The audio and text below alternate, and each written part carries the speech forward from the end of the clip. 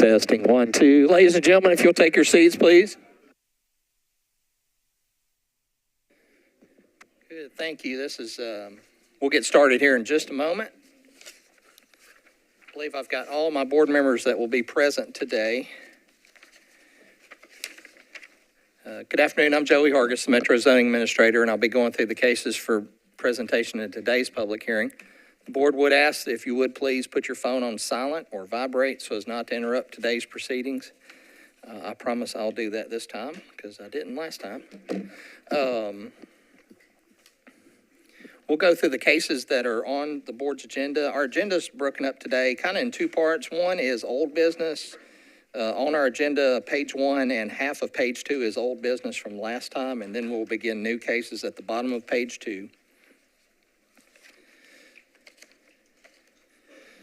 The board will go through all cases set for public hearing today and then discuss and then vote on the cases in front of you as outlined in section 1740-180 of the Metro Code of Law. The board requires that 4 members of the 7-member board be present to constitute a quorum.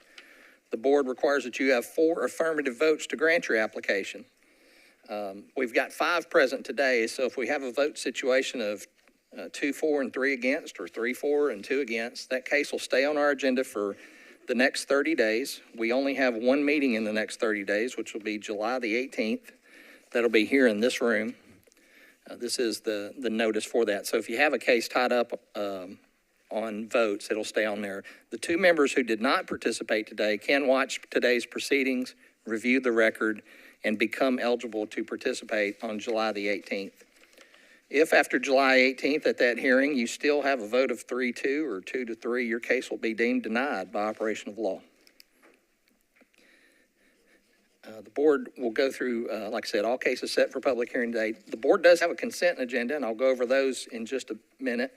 But before I do, got some preliminary announcements to announce. The first case today will be a postponement of a case at the board's action 2024-83, the middle of page 2, Mr. Yuri Lusenko, 3125 Windermere Court. This case is being deferred by staff.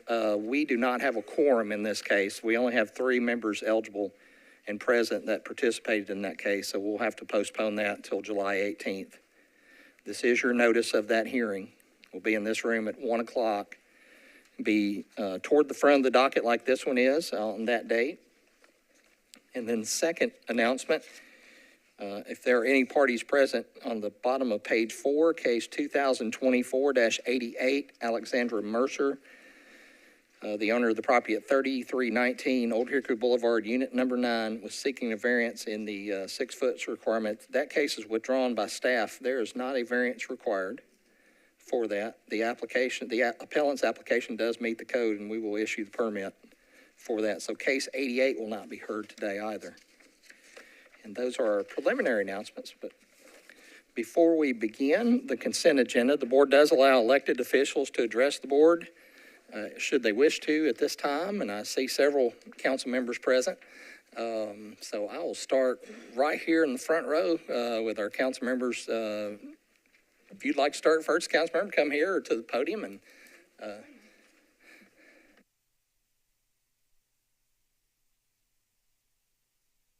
Nope. Hi, can you hear me? Yes, you can. Thank you very much for the opportunity to speak ahead of the hearing. My name is Sandy Ewing. I'm the council member for District 34, and I am here on case 2024-085 for my constituent, Mr. Grindstaff. I have spoken to Mr. Grindstaff about his issue, which pertains to a fence that he built around his property. There are a couple things that I wanted to highlight as you go in to consider this case. Mr. Grindstaff worked exceedingly hard, probably harder than anyone I've ever met, to try and comply with codes. He was working all along with not only his builder, but with people in the codes department, and was under the impression that everything in his project was crossing all the T's, dotting all the I's, following all the rules. Unfortunately for him, codes was under a misimpression, and the way that they were measuring setbacks was incorrect. And so he was left to have to deal with the aftermath of that. He has done the right thing and taken down the front fence and pulled it back to where he was required to do. So he has done that. He has also agreed to take down the plantings that are problematic on the outside perimeter of the property. So I feel that he has done a lot to make right what was wrong, not by any ill intent, but just by virtue of getting the wrong information. So at question right now is the back fence that he has that goes along Hobbs Road and then into the back of his yard. I'm not going to remark on the height of the fence. I'm going to remark on the existence of it. And I wanted to come in support of him and his request for a variance to maintain the fence location. Some of the reasons for the strange shape of the fence was that he was trying to avoid cutting down very mature trees, which is always a goal that Metro has. We do not like to cut down canopy cover if we can possibly avoid it. So I appreciate his efforts in that regard. He was also trying to miss utility boxes and various impediments. And so that explains some of the nature of the fence as it currently stands. I will also point out that his neighbor directly next to him has indicated that they have no problem with that particular section of fence. So I just wanted to come in support and thank you for hearing me out. Thanks, Councilmember Ewing. Council members, you guys want to comment now or during your case, Ms. Kimbrough? Okay, all right. Number 3, okay. All righty. Good deal. And Ms. Friendsley-Webb, council member. You're with Joy's case, okay. Come on up, council member.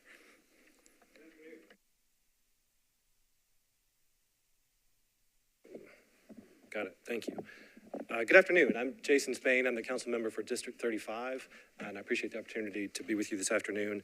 I'm here on, I believe, what are items 5 and 6 on your revised agenda, which is case 2024-089, which is an item A appeal related to the following case at 2024-072 for an indoor batting facility located at 9022 Highway 70. Let me start by saying that I welcome recreational activities in our community, especially those targeting our young people. I think we can't have enough of them. Unfortunately, this one just simply does not belong in this proposed location. If you're not familiar with it, you're going west on Highway 70. This property actually straddles the Davidson-Cheatham County line, and there is nothing out there besides trees, houses, the Middle Tennessee Veteran Cemetery, and Hidden Lake State Park, or State Natural Area. In the response to the appeal, Ms. Lamb, the applicant's attorney, notes that there are several commercial businesses within 1 or 2 miles of this location. And I would submit to you that that 1 or 2 miles makes all the difference in the world. If you go 1 or 2 miles down the road, then you're in the town of Pegram, and there are several existing commercial businesses there. And I think if this project were proposed there, you wouldn't see all these folks in the audience here in opposition. For one, it would be in Cheatham County, it wouldn't be your problem. But also, it's a more fitting location for something like this. This is, and I don't think anyone disputes this, this is a commercial enterprise. And that's why of the 20 or so other indoor batting facilities we've been able to find in the Middle Tennessee area, absolutely none of them are located in residential areas. They're all either in commercial or industrial areas. I thought it also might be helpful to talk about a couple of examples in our area. There's one indoor, it's a virtual golf venue. It's a recently opened, it's called Golf X, I think, and it's located in 1 Bellevue Place, which is exactly where it belongs because it is very clearly a commercial enterprise. Even though it involves a sporting activity, that does not make it a recreation center. It's still a commercial enterprise. It's located in a commercial area. On the other hand, if you want to look at what truly is a recreation center in the Bellevue area, I would hold up the Bellevue Regional Community Center. which also is located in a commercial area. That's neither here nor there. And I know you can't see this. I'll pass it around if you'd like to see it. But this is the weekly schedule for the Bellevue Regional Community Center. And it includes a variety of open gym time. There's a walking track that's open to the public. There are classes available for $4 per class. Fitness studio fees at $3 per person. There's activities for youth, for seniors, for all sorts of groups. There's meeting space that we use often for public meetings, and also that's available to the public for reasonable fees. This is what a recreation center looks like. And I'm happy to share this with anyone that would like to see it. This proposal just simply is not a recreation center just because it is related to a sporting activity. In the appeal, there are 3 examples of previous cases where the zoning administrator found that this type of project was an indoor entertainment, commercial entertainment indoor, I think is the technical term. And while the current zoning administrator certainly has the authority to find differently, I would say there's something to be said for precedent and consistency in that, but certainly he has the authority to do so. But I think that just shows that reasonable minds can look at cases like this and come to different conclusions. And I hope that's what you as board members will do when you look at this and see that it is truly a commercial enterprise that does not belong in an AR2A residential area. Should you find otherwise and decide that this classification is appropriate, I hope you would also consider using your authority to require a traffic study before approving the application, because this is a heavily traveled state highway. It's in the middle of a curve, a major thoroughfare in and out of the county, and right at the entrance to an existing neighborhood where people already report the dangers of trying to get in and out of that area onto and off of Highway 70. And with that, I appreciate your consideration. Thanks.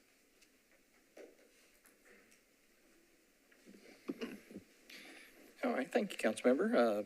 Councilmember Parker?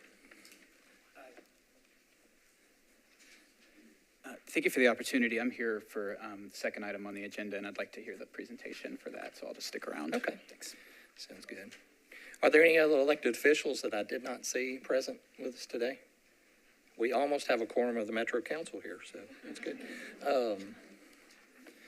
Okay, with that, the next item to be done will be the consent agenda. The next cases that I call are cases recommended by the chair for consent, and if you are here in opposition and only opposition to the case, raise your hand, please, and we'll hear its case. We'll hear the case that I called out in its order as listed on the agenda. And the first case recommended for the consent agenda is case 2024-84 at the bottom of page 3. Maricela Sierra, the owner of the property at 914 Ward Road, requesting variances in street setback and rear setbacks in RS10 to build a new single-family residence. Are there any parties present opposed to case 84? Madam Chair, the record reflect no one raised their hand. The hardships in this case are the exceptional shallowness/narrowness of the property. The next case recommended for consent is case 2024-91. This will be at the top of page 5. The Brick Church Property LLC owner at 2304 Brick Church Pike requesting a variance in the fence height requirements in the commercial limited district. Are there any parties present in opposition to case 91? Madam Chair, I'm seeing none. This consent case is recommended due to the fact that compliance with the code would actually put them out of compliance with the parking requirements that are required of their land use. Would eliminate all their parking for the site. And then finally, last case recommended for consent, case 2024-92, Mr. Bobby Bibb, the owner of the property at 248 Sterling Road, requesting variance in the height provisions for detached garage. Are there any parties present in opposition to case 92? Okay, I'm Chairman, seeing none, that is your consent agenda. Any motions to accept the consent agenda? Okay, second, there's a motion, a second, all in favor, say aye, raise your hand. I see 5 in favor, 0 opposed. Okay. Those 3 cases have been approved on the consent agenda. Cases 84, 91, and 92. Your cases have been approved. Please follow up with the Codes Department beginning on Monday to continue work on your permit. I'll extend, as always, the wish to sit around and stay with the rest of us, but no one ever takes me up on that, so. Okay, members of the board, the first case that the board will hear today will be case 17. This was from last meeting. This was deferred from the prior meeting. Mr. Ransom will not be participating in this case.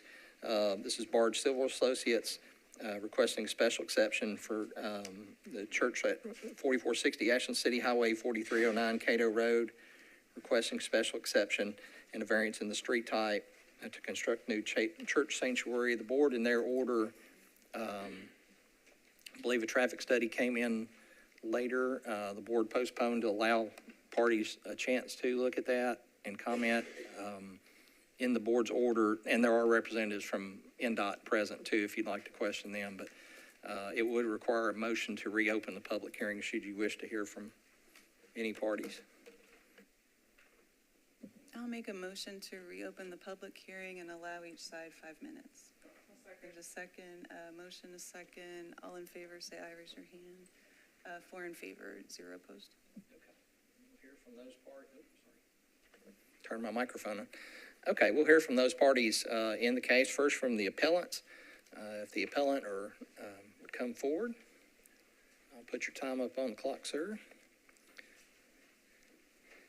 And I'll begin the clock after your introduction.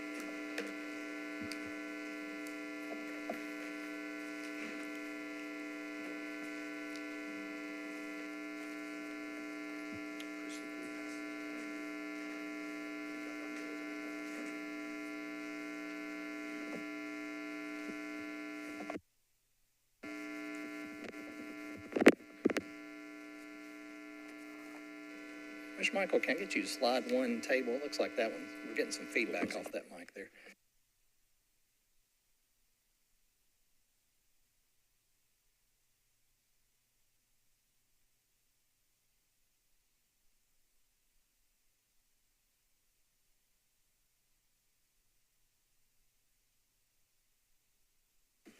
Members of the board, thank you for inviting us back. We have come specifically at your request in order to present the findings and details from the MMTA traffic study, which was requested by this board at the original public hearing on March the 7th. Specifically, the request was to complete the traffic study, which you may recall was already started at that time, but not yet done, and then have NDOT have the opportunity to review, comment, and revise any comments or input they have shared as needed, if needed, at that point. Joining me today on behalf of the project is Beth Ostrowski. She is the head of the local KCI Technologies office, the foremost traffic engineering firm in the city. They have been contracted by the Tennessee Department of Transportation. They've been contracted by the Nashville Department of Transportation and other municipalities for their expertise in this field. Upon our advice from the engineering team and the legal team, our clients tried to get the best in the city in order to complete this study and advise the board accordingly. And we're pleased to have their work. The majority of our presentation time will be, which I understand to be 10 minutes, Mr. Zoning Administrator, will be No, it's used 5. by... We voted for 5. Oh, okay. Yeah. Then here's what you want to hear. Mrs. Strauss is going to tell you that it's good. I was also asked by the vice chair sitting as chair today to remind the details with regard to the hardships for the alternate request for a variance. That was briefed and submitted. Happy to answer any questions about that. Ms. Johnson wisely raised a question about arterial streets. That was briefed and submitted. Happy to answer any questions about that. With that, I'll quickly hand it over to Mrs. Ostrowski. Yeah, I think I had more than 5 minutes prepared, but I'm Beth Ostrowski with KCI Technologies, as John said, at 500 11th Avenue North, Suite 290. We did complete the traffic study, the multimodal transportation analysis as required, and it was submitted to NDOT for review on May the 6th. We coordinated with NDOT for the project scoping and collected data in a typical fashion for traffic impact studies on a standard weekday when school was in session in March, and also on a standard Sunday in March. Per the typical requirements, we looked at existing and future scenarios and followed all of the typical standards that we would for an MMTA. I'm glad to answer details about that. I'm going to skip that for now in the interest of time. What's important to note is the changes that we observed in this study and between existing traffic and future traffic with this church were exactly what you'd expect. A slight increase during AM and PM peak hours on weekdays, a more notable impact during Sunday's services. Nothing that is not mitigatable by the recommendations included in our traffic study and ultimately by the conditions put forth by this board or by NDOT in the future. This is a yes/no right now. We know that we are going to be working with NDOT for a long time, many months to come, through the process as we get through permitting and all of that in the future. And so the details are not, we're still able to work those out in the future. But I don't see anything in our analysis that indicates that this site cannot function as this church safely, efficiently, in a manner that is suitable for road conditions and anticipated, in general traffic throughout Metro Nashville and Davidson County. In addition, we heard the council member last time talk a lot about concerns over safety and concerns over kind of how the road functioned and how Cato Road functions today. Safety is my number one priority. So I had my team do a number of things that were kind of above and beyond normal. We went and we re-watched the videos that were taken in March for our data collection and observed cues and observed behaviors to kind of see if there was anything that stood out that was contradictory to our analysis. We didn't see anything. We also sent people out over the last several weeks, people on my team, to observe during peak hours and see if there was anything we missed. We did not see anything during those field observations that showed contradiction to what's in our analysis. NDOT's reviewed our study. They've submitted a statement. I'll let that stand on its own, but glad to answer any questions on that. And then finally, I think it's paramount that I speak to the site's connection to Ashland City Highway. John Michael has spoken at previous BZA meetings about kind of all the legalese of why the driveway on Ashland City Highway is just that, a driveway and not a street. The work that KCI has conducted has supported that assessment, and as such, it's really important to note that the site does have direct access to an arterial, Ashland City Highway, with the driveway connection that's shown there. That is not a road. It is understandable to see why some people may believe that this driveway is a street. However, Google Maps is not in charge. When we talk to Metro Nashville staff and look at the official Metro map and records, GIS documents, they indicate it's not a street. And in fact, there are comments in the official Metro GIS dating back 20 years that clearly indicate the responsibility for maintenance of the driveway falls to TDOT. Beyond that, the project team intends to improve the driveway to meet the demands of the two-way travel. This is one of the ongoing conversations that will continue with NDOT moving forward. Thank you. I'm glad to answer questions. Sure. Can you describe the improvements that your traffic study suggests for the roads? Yeah, basically for the driveway, the recommendation is to improve that to a standard driveway width. So there's areas where that driveway is currently not really adequate for two-way travel of any volume, and I think that's what we've heard from the neighbors. You're recommending it be improved to handle two-way traffic? Correct, yes. And you can keep going, that's part of Yeah. Do you want me to read through these? Yes, if you could just focus on the improvements that are. Yeah, absolutely. So first at Cato Road and the site driveway, we recommend that driveway be stop controlled, have a stop sign, and sufficient width for the entrance on Cato Road for one entering and one exiting lane. Then at Ashland City Highway and the private drive, we recommend that driveway be stop controlled same, and that driveway be designed to include sufficient width for one entering and one exiting lane.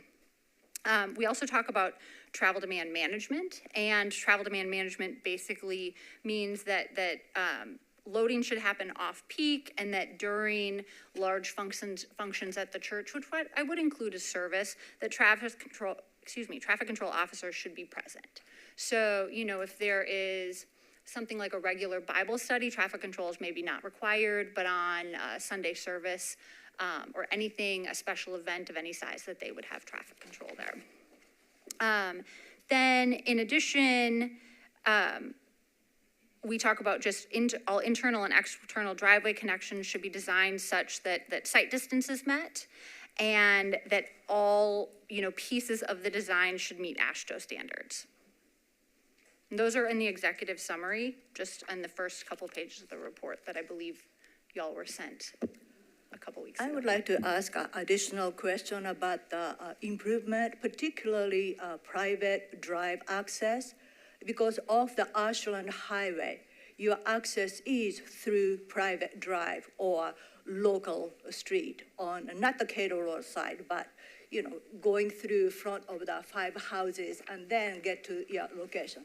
What is specific improvement plan on that location? I believe it's a very narrow street, so are you planning to acquire right-of-way, or I understand, you know, left side or, you know, Ashland Highway side is a concrete block, so you won't be able to expand into that side. So if you would expand that improvement plan, that'd be appreciated. So the great thing is, this is one of the things that we have many months to work through. We don't have a permit set prepared right now. So we will work with NDOT to make sure that we are meeting their requirements and their standards as we proceed. That driveway off of Ashland City Highway is in TDOT right-of-way. So it's not a metro street, it's in TDOT right-of-way. And so there shouldn't be any requirement for right-of-way acquisition to improve it. And we would work, I can't say like a specific number of feet right now or anything like that because that plan hasn't been designed, but we would meet the requirements of NDOT. So otherwise, you wouldn't know at this point, it depending on the permission and working with the TDOT and NDOT. Correct. And so also, you know, when you have like Briley Parkway northbound, I think traffic study suggests a longer, what do you call the actual word is, reserve, or because you expect more traffic volume. So it required reserve length will be longer. So do you have any plan to do that pavement or longer access, you know, reserve road, or, you know? We would do what, so it's interesting. Normally, the short answer is yes, but normally we wouldn't do a traffic study of this level of detail for BZA because the plans aren't fully developed. And I don't want to speak for NDOT, but it probably makes them a little bit uncomfortable when they see a traffic study with a site plan that is as basic as this one. So we will, as the site plan develops, if there's a need to update the study, we'll update the study. And then if our recommendations and their conditions evolve, that'll happen. But if they require us to make improvements to that northbound Briley ramp, we absolutely will. And as far as your traffic control, I read it does not include traffic lights, additional traffic lights. Correct. Rather, traffic control such as somebody will be there and guide the traffic. Yes. Is that your plan? An off-duty officer, yes. We did take a preliminary look at a signal warrant, and a signal is not warranted at Cato. Okay, thank you.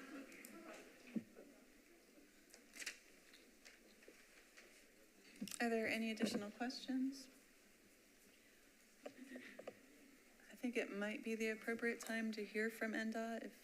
I would like to hear from NDOT if they would like to come forward.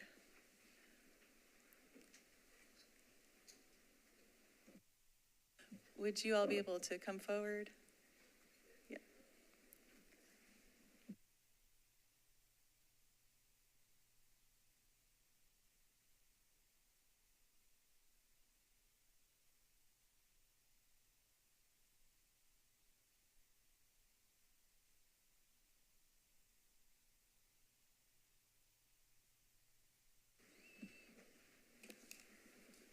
Okay, I don't know that we need your addresses because you're from NDOT, but if you can identify yourself.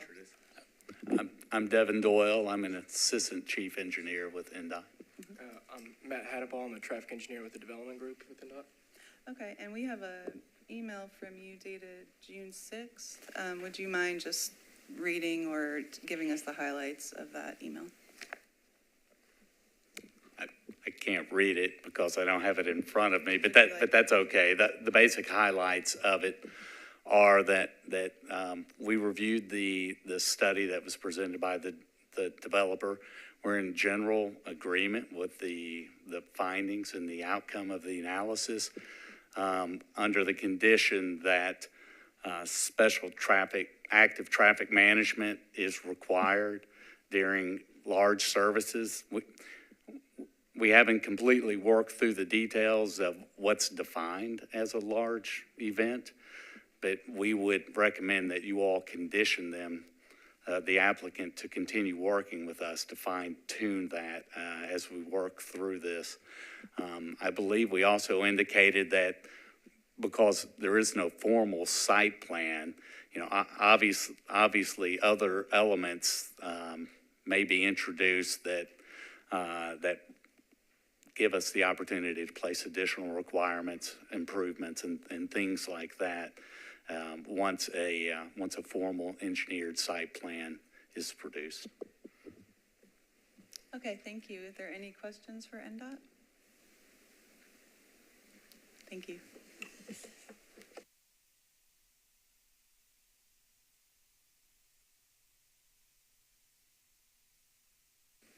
Guess it's time for the opposition to Yes, come ma'am. forward. Sure. Any parties present and opposed, and Councilmember, you're welcome, come forward. Your time is not charged at all, so you.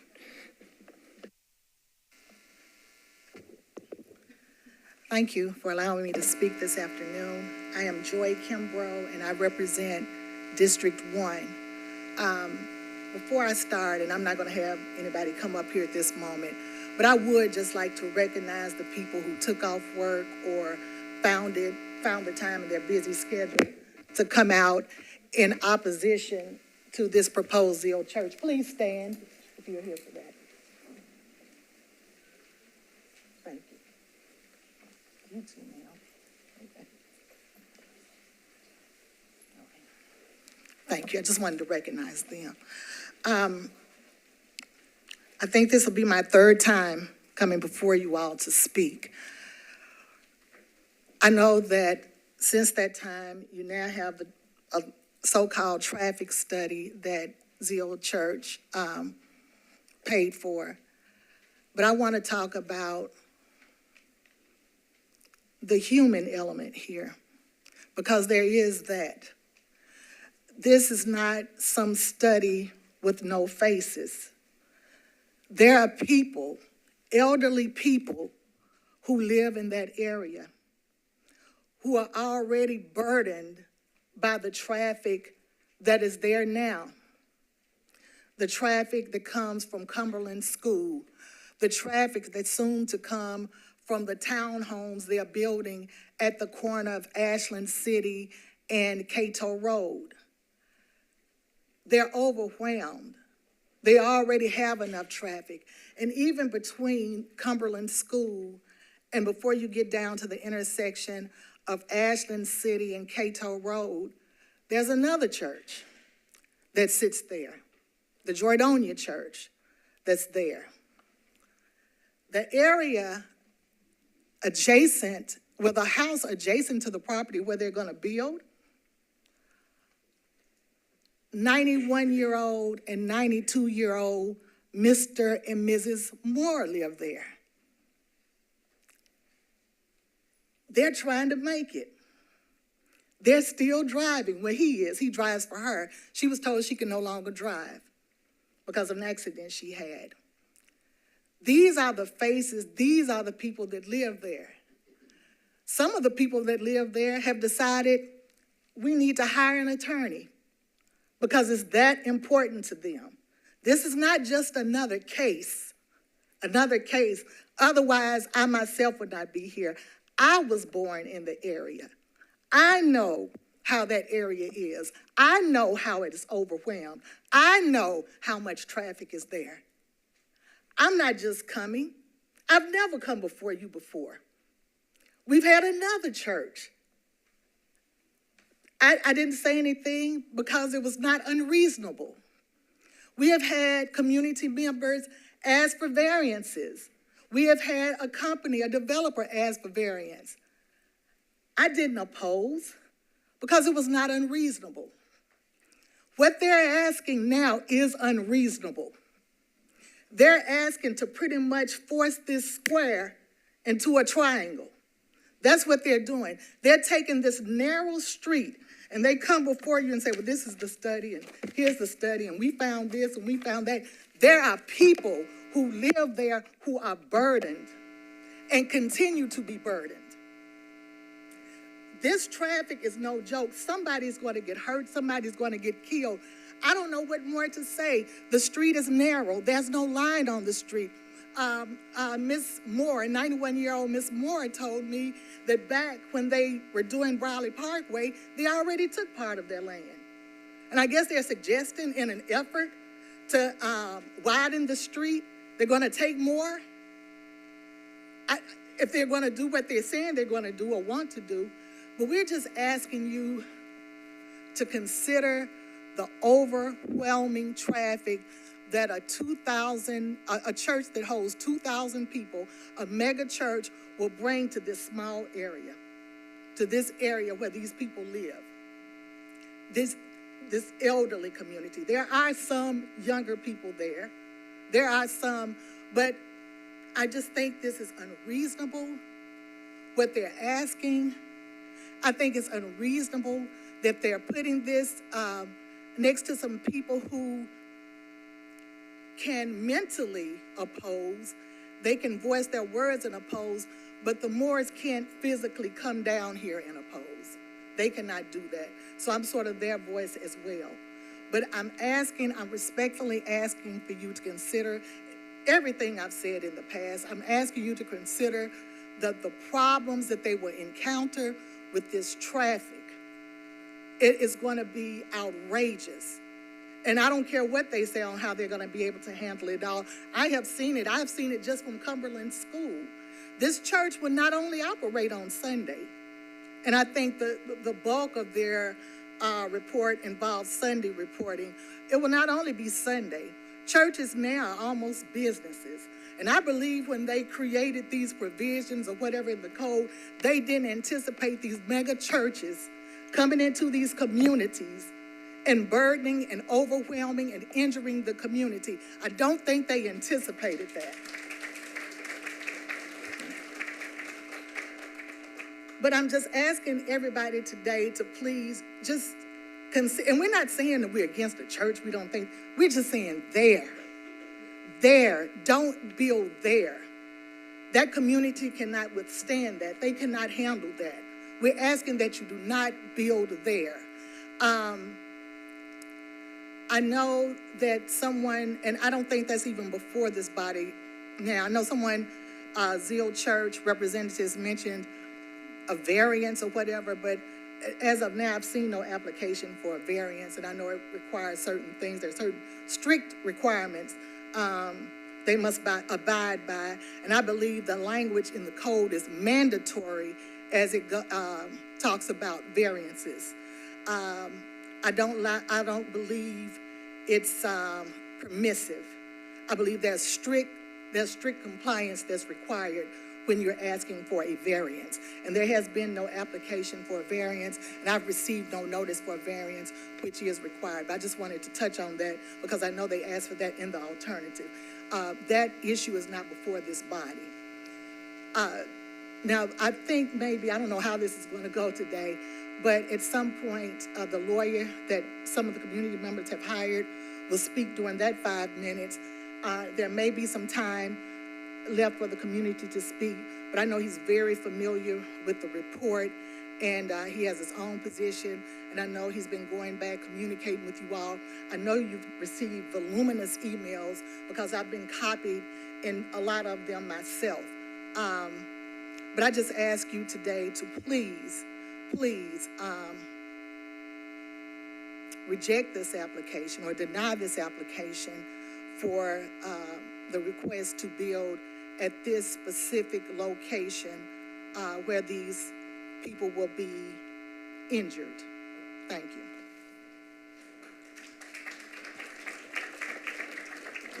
One more thing I forgot. I just forgot to acknowledge that Council Lady Jennifer Prinsley Webb, who part of her district borders my district, has come out in support of us today. She has attended the noticed meetings, and we appreciate your support today as well. Thank you.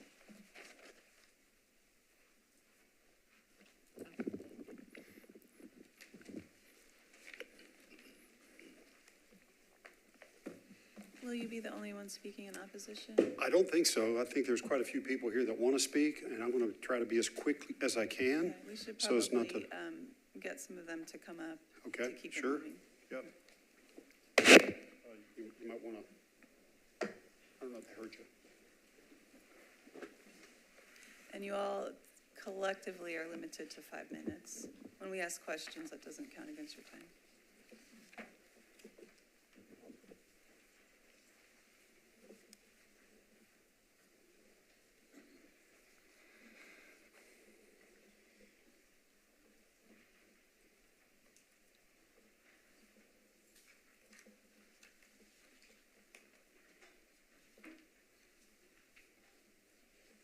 Would you like to start? Okay, Madam Vice Chair, Sean Henry, 500 11th Avenue North, representing Ms. Kristen Walker and her husband Cody. They reside at 4317 Cato Road.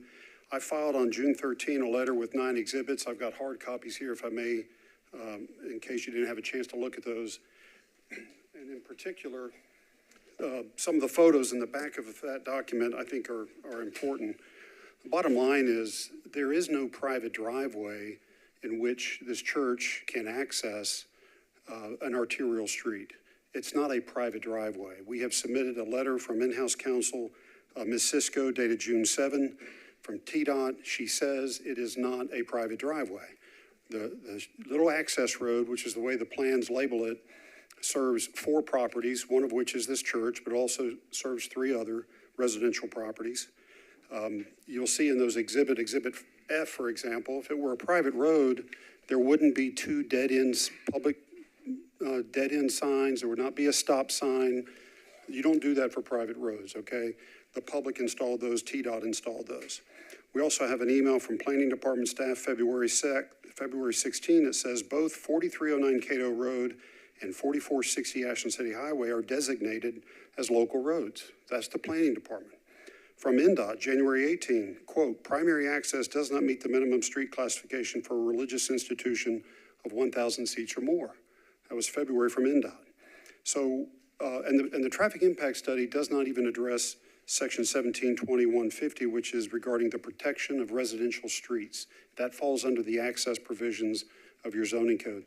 The TIS is silent as to how the church is going to protect the residential areas. So the minimum street standard in this case has not been met. I understand Mr. Michaels now filed a legal brief explaining how they have a hardship and would qualify for a variance. I haven't seen that. Can I interrupt you a second while we're on the street? So is your point that the special exception is not met because the street standard is not met? That's correct. Okay. And as far as the variance goes, again, no application has been filed specifically for the variance. And whatever the brief says, it cannot possibly meet the standards for a variance in 3 respects. One, the physical characteristics of the property does not include off-site property. I believe they're suggesting that the property off-site where this access road is would somehow justify a variance. That doesn't qualify under the criteria. Thirdly, unique characteristics. This particular property sits no different than the 3 residential properties next door to it. It is not unique. There's 4 properties that have the same characteristic and situation. There cannot be an injury to neighboring property. You've just heard from Council Lady Kimbrough that this would absolutely be injurious to those 3 property owners, particularly the Moores who live adjacent to this property. Finally, the special exception general criteria that I just referenced that have not been addressed. I referenced those in my letter. The general criteria have not been met. The walkers who are adjacent to this property for over 1,700 feet would experience a particular and direct impact and harm from this church. It's too close. We put in our letter, we want a setback of approximately 275 feet. We want the driveway setback 50 feet. We want the landscape buffer increased to a D5.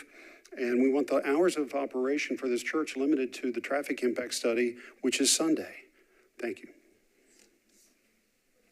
Okay. Madam Chairman, before you begin, I want to clarify something with council and council member and Council Henry.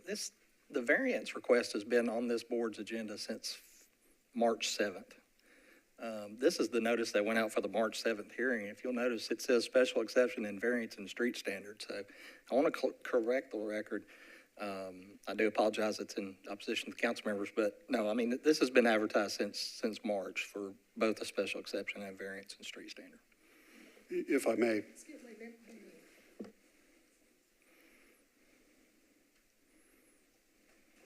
I understand what you're saying. I appreciate that. But if you're going to argue variance, there are specific requirements by the code that must be met, including a variance application.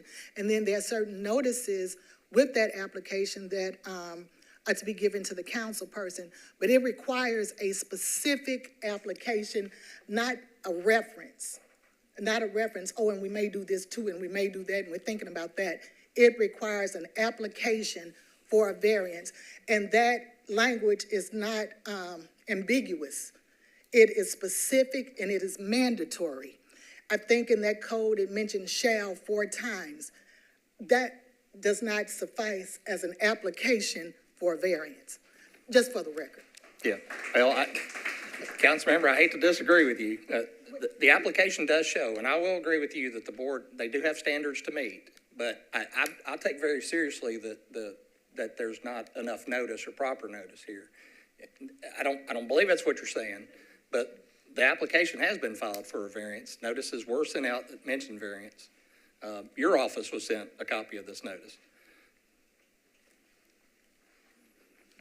I stand by what I just stated. Okay. Thank you. I do as well, Madam Chairman. Back to you. Okay, whoever will speak next, please identify yourself and your address. Hello, my name is Kristen Walker. My husband and I reside at 4317 Cato Road. And I'd just like to submit for the record the documents that Mr. Hargis passed out to you. In regards to the comments that I submitted last Thursday, the email about the traffic impact study and how we believe that it lacks critical information as far as the times and the days that Zeal Church operates. The evidence that I submitted to you there shows directly from their website and social media sites other times of the days, weeks, and events that happen at the church throughout the year. Smith Curry, 4517 Cato Road. Yeah, the traffic study that was paid for by the church, I mean, they're claiming 2,000 people are going to come and go in 500 cars. I don't know what planet they are on, but here on this planet, that's, I mean, 1,000 cars at least. The traffic there when 200 people are trying to leave the school at 3 o'clock is insane and goes all the way out down Highway 12.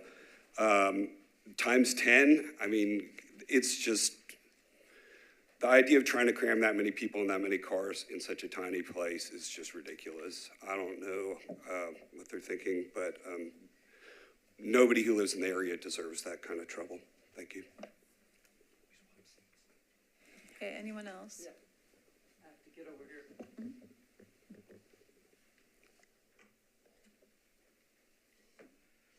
I'm the Reverend Joe Engel. I live at 5711 Old Hickory Boulevard, Scottsboro. I know this area well. I travel it every day. And my point is, the BZA historically has deferred to churches, which as a Christian minister, I've found somewhat unusual, because when you look at it theologically from the New Testament, the churches in the New Testament are not buildings, they're people. They have house churches, if you will, so they meet in people's homes. This whole notion that an institution that is a church, like any other business, somehow should get deference is actually not in the biblical scripture at all. It's not there. And the other thing I would just say as someone who goes by that road constantly is common sense. Think of the number of people coming out onto a 2-lane road, which is already overly populated. It's just a matter of common sense. And if you have any doubts about that, come out and look for yourselves. We'd love to have you come out. We had Metro Codes and others come out to Scottsboro and took them on a tour and showed them our dumping problems. We want to work with people. So please, if you really think this is legitimate, come out and look at what we're looking at every day. Thank you for your time. Thank you. We ran out of time on this side, I was going to see if anyone would object to giving the appellant another minute. Because opposition. To the appellant to have a rebuttal, since we gave this side another couple minutes. No objections? Okay.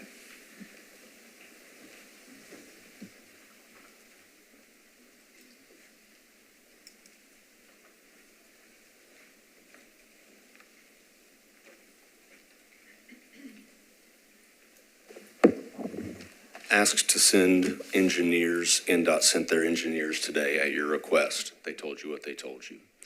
You have before you a special exception request. I contend that we meet all of the criteria from both Section 150 with the general section and 170 for the specific section on institutional use. I believe we meet all of those. And as you know, as council had advised this board for decades now, with a special exception case, if the board determines that the criteria are met, then it is no longer a discretionary judgment, but in fact one that you have to find in favor of. Now, you still have the discretion to determine whether or not we've met those conditions. We contend that we have through the pleadings that we filed, the briefs, the documents, certainly the MMTA study, as exhaustive as it is. We stand by everything we submitted as being airtight, and we're confident that this will work well at this location. We humbly ask for your support and approval of the project and its special exception. If you wouldn't mind staying there, I have a feeling there could be some questions during deliberation. I just had a question because I remembered this from the first hearing, and I don't know if it helps clarify anything, but I remember from the first hearing, the argument you presented was we're asking for a special exception, but if you don't find that the special exception criteria is met, then we would offer that we're entitled to a variance because Briley Parkway created a hardship, and then that hardship changed the land, and because it changed the land, that's why you're asking. Did I remember that right? And if I didn't, please. You remember it correctly, and it was specific to the condition about the question of the arterial road. So there was not a blanket request for a variance. Change that arterial road, am I right? That is correct. This was previously more rectangular in shape, referring to the lot at 4460 Ashland City Highway, which remains addressed as Ashland City Highway. And after the taking for the on-ramp specifically at that location on Briley, that's when a corner was carved off in the TDOT taking of the land, thus necessitating the private drive that serves our property as well as others. But again, in the event that the board finds it necessary to say no to the question of arterial street frontage, then that is the only variance request that we made was for a variance from that requirement based upon the hardship associated with the taking. This would effectively be a second taking to say that government took the land which had previously given the direct frontage, and now to say no to the institutional use via special exception or conditional use permit would effectively be a second taking of opportunity to utilize the land that would otherwise be permitted by law. Okay, thank you. Thank you. That was my only question. Okay, any further questions before we close the public hearing? Okay, no questions. Any thoughts? I have been following, so public hearing is closed, correct? Okay, so it's our time to talk. I have been following this case since March, and I do appreciate, discussion, but I really cannot accept that meets a special condition. Yes, size meets, but street standard, it's definitely not arterial, and even though one private access driveway, even if we give that as a local street, it does not meet condition because two streets have to be collector street. So for that, street standards does not meet. So I just wanna, that is my position. So no matter how, maybe, other member may disagree with the special condition were met, but I strongly feel the special condition has not met. So with that, so should we consider variance?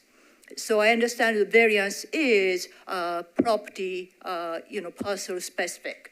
understand the appellant's argument. It was taken by Briley Parkway Access Road and so forth. However, I would argue, because this particular business, or rather religious institution, does not have to choose that specific location, because that is, I almost think it inflict injury, because they could choose with that size, they could choose more access to arterial or access to Collector Street. And also, I cannot overlook adverse effect to the surrounding community. Because as of right now, think about the private access or TDOT maintained access road. They have only 4 or 5 houses. And every Sunday, if it's not once or twice, or maybe a couple, 3 times a week, they will invite minimum of 250 to 500 cars each time. And if it's not adverse effect to those community, I don't know what is adverse effect. And also Briley Parkway, North Ramp, South Ramp, and according to this traffic study, it's already dangerous intersection and frequent accident occur. And we are introducing additional heavy traffic, not only 1 or 2, not natural increase, but having the church that size, I really consider health and safety of the community. So for that reason, 1, it does not meet special exception. 2, I do not agree with it will meet variance either, because those variance is, to me, renegotiating one of the condition of the special exception. And choosing that specific parcel is self-inflict hardship. So therefore, I cannot accept this application.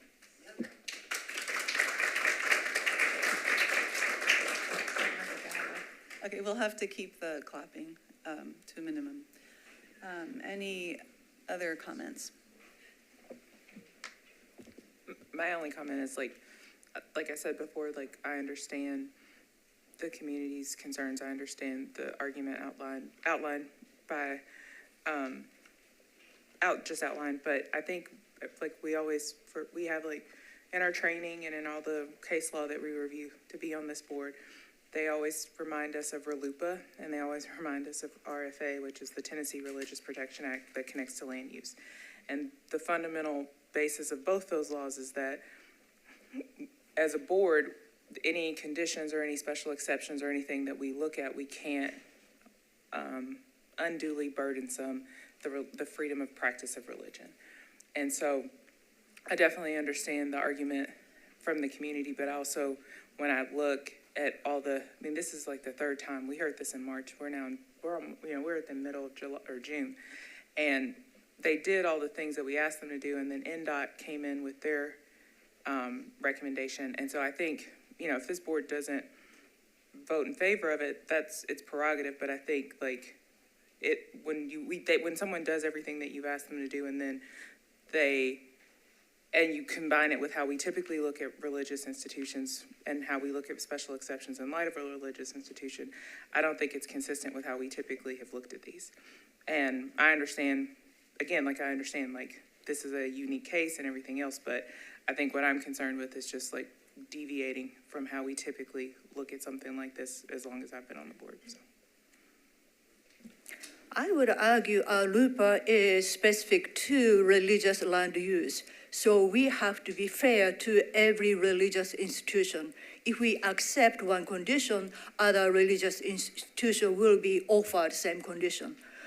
So in this code, we do have special exception condition based on the size of the church.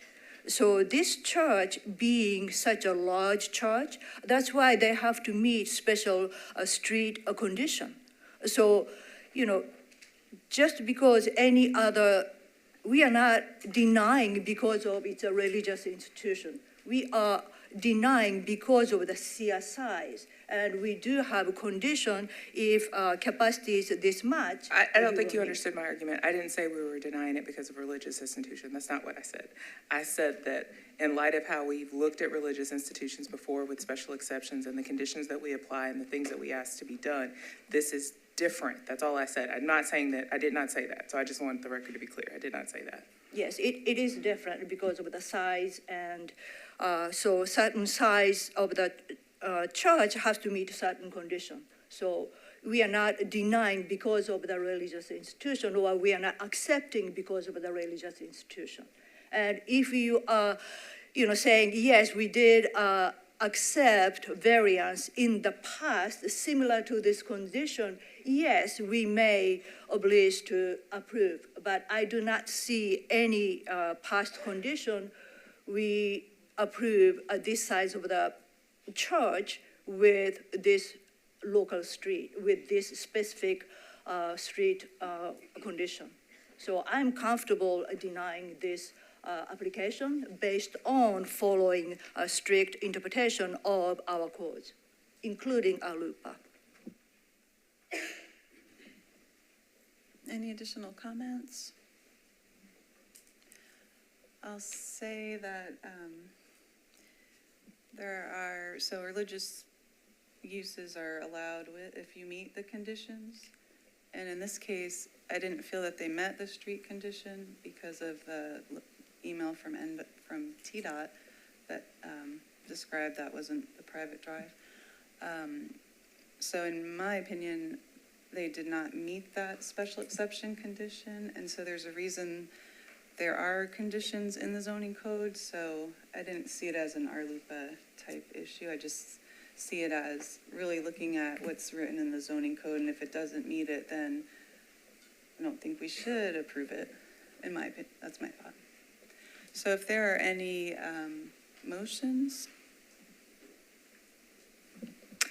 I'll make a motion to deny this application based on it does not meet special condition or variance. Any discussion on the motion? Okay, all in favor, raise your hand. Okay, 2 in favor, all opposed. 2 opposed, so that is 2-2. That will stay on the docket till the next meeting? Yes, Vice Chair, this is a tie vote. I talked about that a little bit before the meeting started. The vote is motion in favor. Mr. Ransom, Pepper, and Bradford could participate if they watch today's proceedings and catch up to the other members. This hearing will be heard July the 18th. The public hearing is closed. And this is the notice for that hearing today. Take a break. We'll take a short break. Board will stand in recess.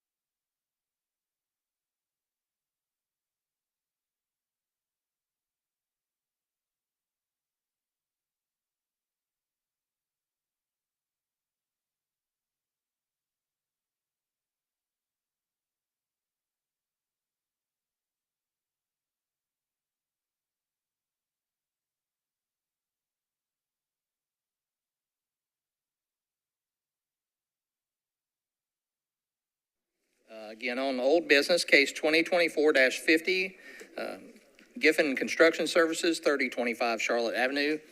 Owner of the property located at 3025 Charlotte Avenue, requesting the variance in the setbacks in the RRI district. This case was heard by the board on June 6th and postponed. Mr. Ransom will not be eligible to participate here.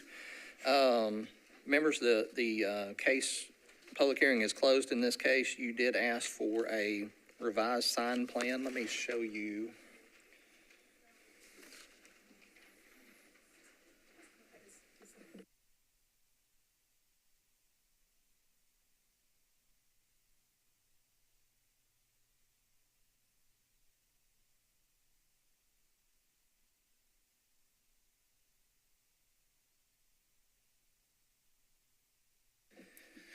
Okay, 1 second. Let me pull up the pictures for this case.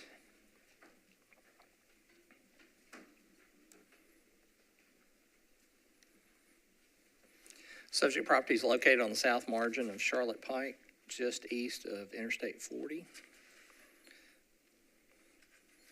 Just reviewing the pictures from last time.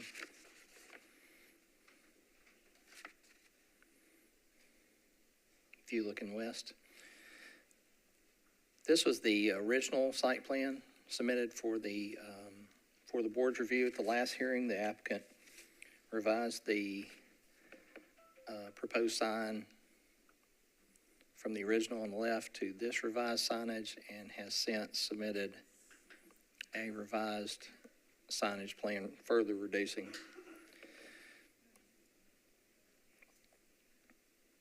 the sign. Again, members, if you wish to hear from any of the parties, you'd have to reopen the public hearing. If not, we would be... Joey, can you go to the photo rendering? Just Sure. So that okay, thank you. I just Yes, wanted ma'am. to see it. Okay. Madam Chair, I have one quick question to the applicant, so may I ask to open the public hearing for that purpose? Any opposition to that? Everyone's nodding, so we can open the public hearing for your one question. Do you, I'm sorry. Or do you also have one? That's what, no, I was gonna ask her, are you just opening it for the applicant? Oh, I was just asking your question. Okay, that's, okay. Yeah. Is the appellant present in case 50? Mm-hmm. All right, come forward, sir.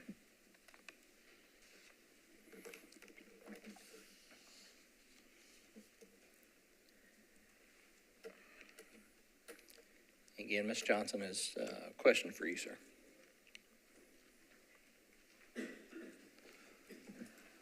Thank you for the picture, providing mock-up. It's really easy to understand. My quick question is a shrub or topically behind the sign. I know it's currently tall, topically, tree, shrub. I think supposedly behind the sign in the triangle corner. So could you specifically talk about that plan of that tree? We just installed the trees per our plan, based on our site plan design. But obviously, if that's a condition of the approval for this, then we can obviously revise that plan for around the sign. We're gonna have to do some different probably for the foundation shrubbery that we had based on reducing that old 2-foot pedestal. So I would anticipate that we will. Thank you. I love trees and topically and shrubs, but it seems like this particular kind is blocking other trees. So if you would opt to changing something, not blocking type of a tree or of a shrub, that would be great. Right, that's reasonable. Thank you. Can you identify yourself? I know you've done it many times, but name and address. I'm Josh Pryor at 3025 Charlotte Avenue. Did you have a question? Okay, there are no other questions. We'll close the public hearing.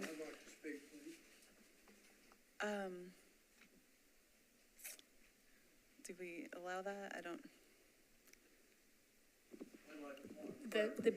The BZA can determine who they'd like to hear from during this time. Okay, is there any objections to hearing? We don't know, are you in opposition or are you the appellant? I'm Gilbert Smith from 401 Give us 1 second.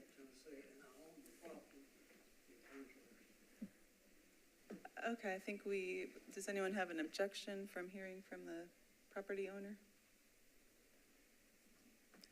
Okay, we will give you 1 minute. That's okay with the board.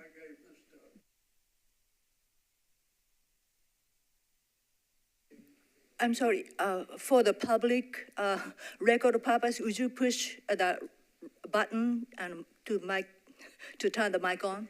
Thank you. Good. I'm Gilbert Smith, 4401 Chickering Lane, Nashville, Tennessee, and I own the property and have given Haven the easement to build this sign. They treated me fairly in purchasing the property, and the sign location was set at the time. I have a question for clarification between the photograph that you've got on the screen, which shows the sign at the sidewalk, and the photograph that Joe has just given you that shows a stake, which proposes to be the leading edge of the sign. That's going to be the busiest intersection in Nashville in a few years. Government Haven has built a really nice apartment project. Convectity is building a really big office building. There are 4 other sites that are vacant or underutilized that will use this intersection. Devin Doyle managed all of that intersection. It's a 5-way intersection, and I don't think we want a sign up on the sidewalk. I think it needs to be set back because that's going to be a very busy sidewalk in a few years. Okay, thank you. And you're the owner, so you are leasing the sign from? We have the easement agreement with Gilbert. With him. Okay. He's the owner of the easement, and Okay. I'm in support of what he needs a sign. He needs a good sign. He needs to fill up the apartments. That's good for all of us. But it needs not to be a safety hazard while it's doing it. And so I would respectfully submit, when you pass the adjustment here, that you ask them to make sure that that stake that's in the ground in that photograph is the leading point of their sign. Thank you. Okay, thank you. We did let you speak because you are a property owner of the property in question. We are going to close the public hearing unless someone had a question. Can I ask a question of procedure? They are the opposition, I believe, and would anyone mind giving them 30 seconds for a question? Okay, you have 30 seconds. Please come up and identify yourself and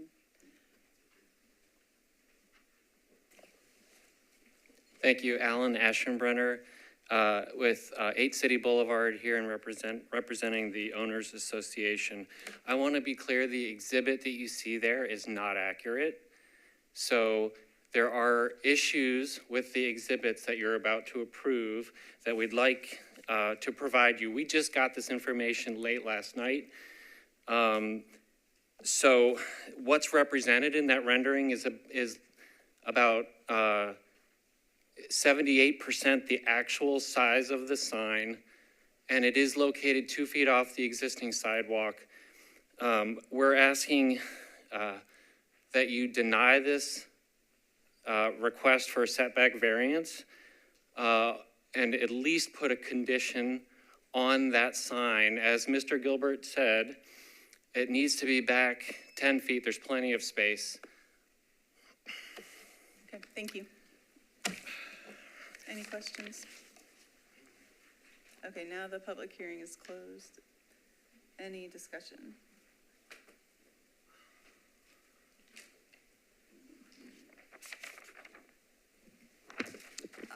I think we did discuss size of the sign and the size of the monument. Since last meeting, it is a great improvement, and we agreed, each establishment needs sign, otherwise it will create more confusion. So with that, all the past discussion, I think applicant followed our request. I think only thing we ask our staff is to make sure it's away from the edge of the sidewalk, so give plenty of room to not block or sidewalk or traffic. So, of course, it's within the variance, so, but as much as they could away from sidewalk will be preferable. I would agree that the triangle part of the sign be in line with the neighboring sign. That would get it further back than what is shown in this, this drawing that we have. And I'm assuming that the evergreens will come down. We can make that a condition. Like, it looks like the evergreens are kind of blocking, and Yeah. maybe it's taking up some space, so that was my only. It's also blocking the other sign. Yeah, so I was just gonna ask about that, removing the evergreens. If the evergreens come down, are we gonna allow them to have any other vegetation? I'm okay with other vegetation, the evergreens seem kind of tall. I agree. Yeah, I would say any vegetation that doesn't block the other sign. The other side. Any motions? I'll make a motion that we approve the sign as submitted, but with the conditions that it move further back away from the sidewalk so that it's not blocking like the ability to see pedestrians. And then also to remove the evergreens and replace it with appropriate shrubbery that doesn't block its neighbor's sign that's behind it. And I didn't hear, and I would hope for an amendment. Did we have an idea of how far it should come back? Like, I can't tell from, like, this picture is super helpful, and then the picture is helpful, but I can't tell how far it needs to come back, so. I would say in line with the other sign, like the tip in line with the sign that's adjacent to it. That was. So say that again, I'm sorry. That the tip of the triangle of the sign be in line with the sign that's next to it. Okay, Be so. set back the same amount. So then. Or further. I would correct my motion and just say, then I'm going to start over. Make a motion that we approve the sign with the condition that it comes in line to the setback of the existing sign of its neighbor at One City Place, and that they remove the evergreens and replace it with shrubbery that doesn't block that sign, the sign behind it. Okay. Any seconds? And if I could just make a comment, I don't think we should require them to have shrubbery, but we can allow them to have shrubbery. Right, so, but they may, you want me to correct it? No, I mean, if you'd like, but I mean, it just sounded like we were requiring them to have something.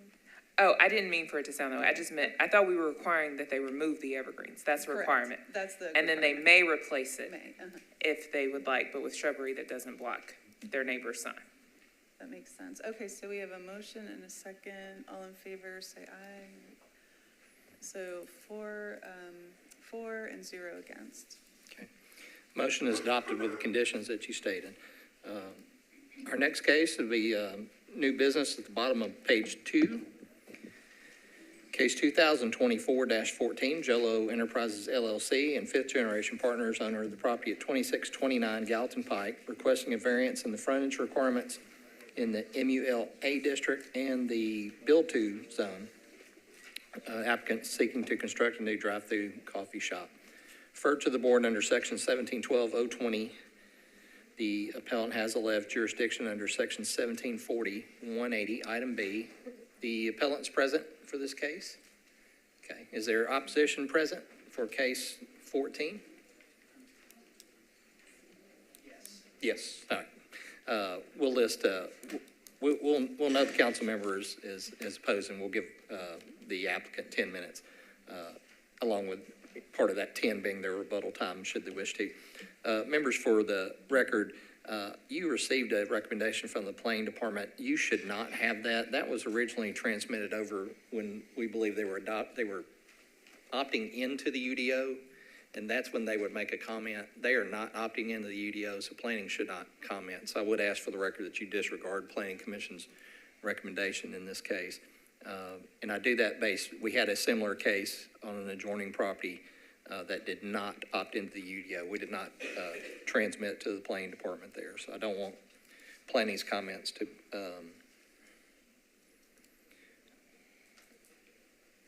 prejudice the appellant in this case. I'll go through the case record first and turn it over to the appellant. And The subject property is located on the southwest margin of Delmas Avenue and Gallatin Pike. The variances proposed here, one is the section of the zoning code 1712-020-D3, which you guys probably don't see very many of these variances, but I'll read from the zoning code now. And it states that the, in note 3, letter H, within the UZO, and we'll skip down to item 3, a parcel that is 60 feet wide or greater shall have the front facade of the building extend across at least 60% of the parcel's frontage. So, members, for that, the zoning code would require compliance with that. The building would have to span 176.58 feet across Delmas Avenue. The spanning doesn't come into play on Gallatin Pike as there's an existing structure on there and the property is legally non-conforming to the Gallatin frontage. So the addition of this frontage on Gallatin actually makes the parcel more compliant. And so the zoning code does permit that. But along Delmas, since the existing building does not front on Delmas, that is why that variance kicks in. The other are build-to zones, and I'll show you the site plan in just a moment. The build-to zone is adjusted, and I'll read you just the second portion of that same section of the zoning code. Letter E, the zoning administrator may allow necessary adjustments to the build-to zone when existing utilities or utility easements are within the build-to zone and unusual circumstances require that the utilities cannot be easily relocated or easements reduced. Along Gallatin Avenue, there is a 20-foot public utility easement, and so typically in the zoning code in these 8-A districts, you'd have to, your build-to zone would start at the right-of-way. In this instance, because there is a 20-foot public utility easement, I'm starting the build-to zone at the back end of that 20-foot easement. So it'll be from 0 to 15 from the back of the easement. And on the site plan here, you can denote there's the 20-foot utility easement is here, from here to this point. This is the existing right-of-way, the easement, and you'll note on their site plan they labeled it as BTZ, the build-to zone starts and ends here. So they'll need a variance request from being behind the build-to zone on both Gallatin, which is on the right side of this drawing, and Delmas, which is on the north. I did crop this just a little bit. The right-of-way is sitting essentially where I've cropped that on Delmas. So they're a little bit outside the 15-foot. With rationale, they needed to put the drive-through lane on that north side. This is a takeout restaurant, land use. This is the relevant code section that comes into play. Councilmember is here in opposition.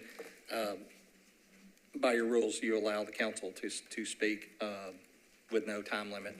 So in this case, we'll give the applicant 10 minutes to present their testimony. If they'll come, applicants will come forward this time, along with any parties in support. And sir and miss, I'll turn it over to you. You've seen the prior case. Identify yourselves, name and address, and we will start the time on you. Thanks so much. Good afternoon. My name is Nicole Williams, 2028 Edison Park Lane. I'm here on behalf of Jolo Enterprises. We did have more of the Joes and the Lows with us earlier, but we're left with Mr. Mike Lorraine. The wives had children to take care of. So, and we also have with us a member of the engineering team, Mr. Jim Lukens, in case you have questions for him. So before I get into our hardships, I want to start by highlighting the purpose of alternative zoning districts. These zoning districts, as you may know, are intended to create a walkable neighborhood. So really the focus there and what we're considering is the pedestrian experience. Jolo Enterprises is currently under contract to lease about half an acre of this 1.26 acre parcel. But despite the fact that they are only leasing a portion of the parcel and they don't have the right to redevelop the entire site, they have to meet the requirements as though they had the ability to redevelop the entire site. So they're starting off at a deficit. This is also a corner lot, so although we don't have to meet the facade requirement on Gallatin, as Mr. Hargis explained, we do have to meet the facade requirement on Delmas, and we have to meet the build-to zone requirement on Delmas and Gallatin. And then there's the size of the lot. I included a chart on page 6 of my memo that shows you just how much of an outlier this parcel is when you compare it to surrounding parcels that are subject to the same facade and build-to zone requirements. And because of the parcel's unusual size, strict compliance with the zoning code would result in a wall of about 177 feet along Delmas within 15 feet of the right-of-way, as Mr. Hargis described.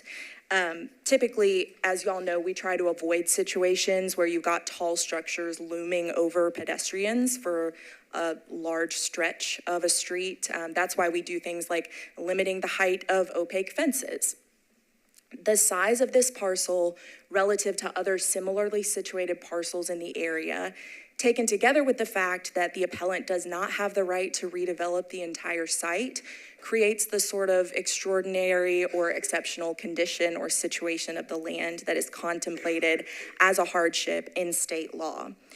Simply put, this is just an abnormally large lot on a corner that is being expected to behave like much smaller lots that don't sit on corners.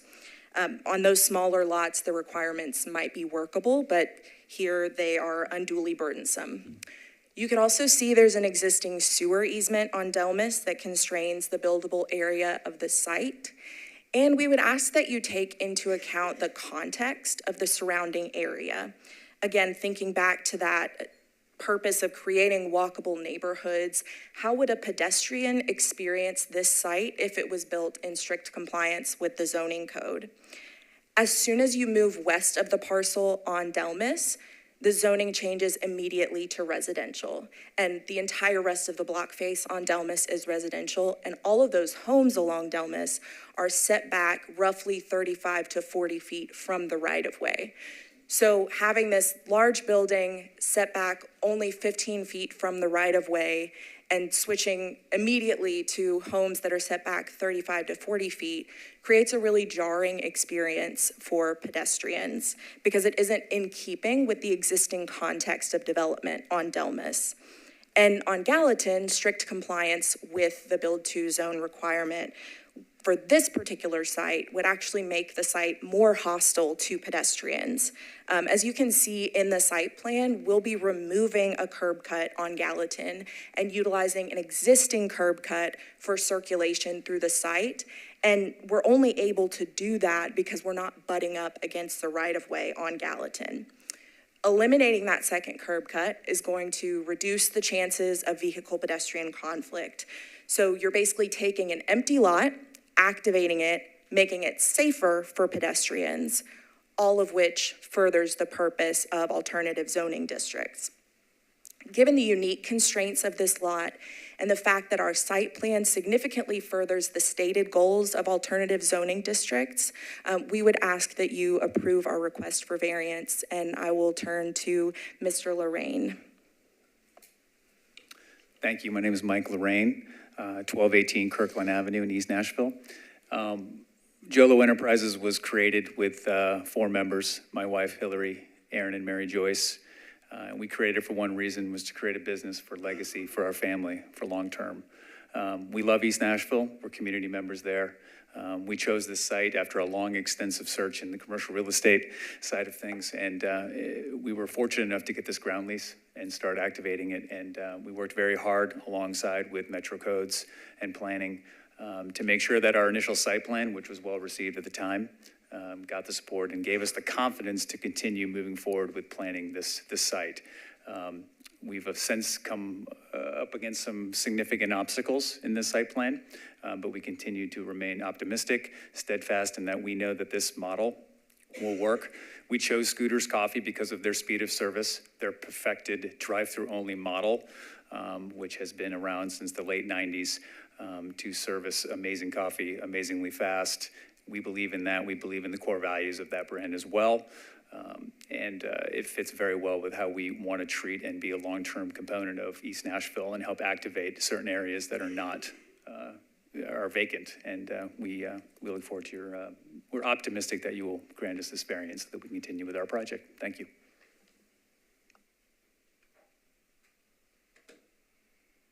And we're happy to take any questions if you have any at this time. Are there any questions? No, you'll be able to come back for rebuttal.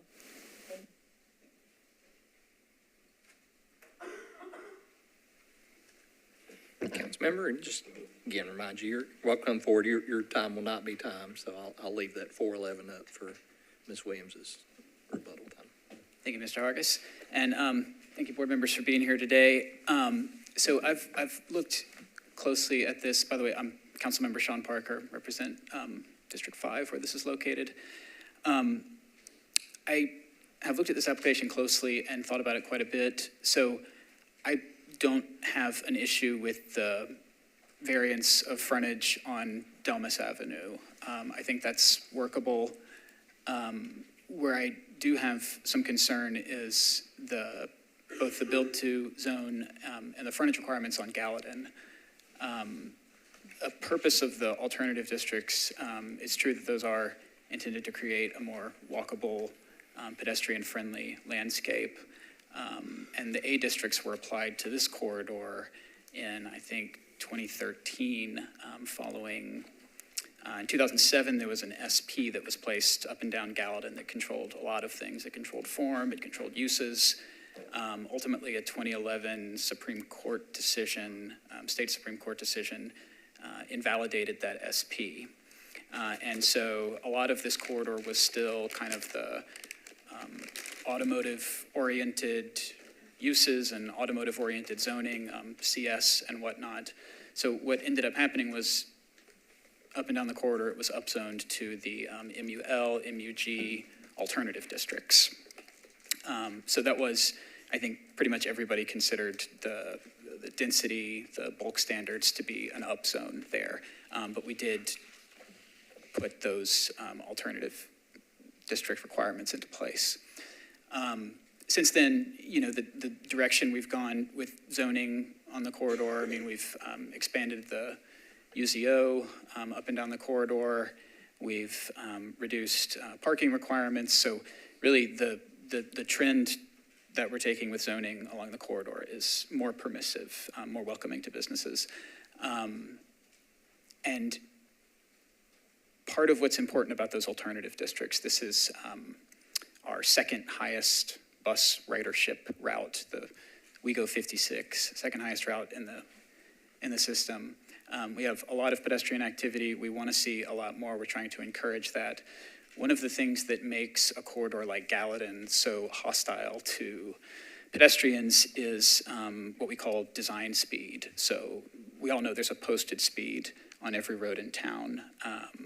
You'll find that many people do not observe the posted speed. They go as fast as they feel comfortable going. So we could tomorrow go slap 25-mile-an-hour speed limit signs up everywhere on Gallatin.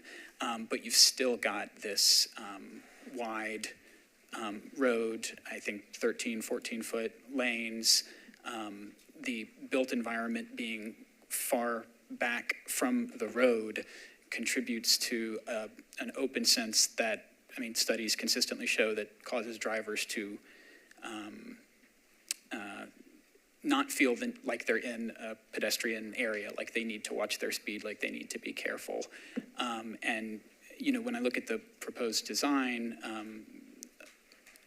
what I'm concerned about is that it's both contributing to that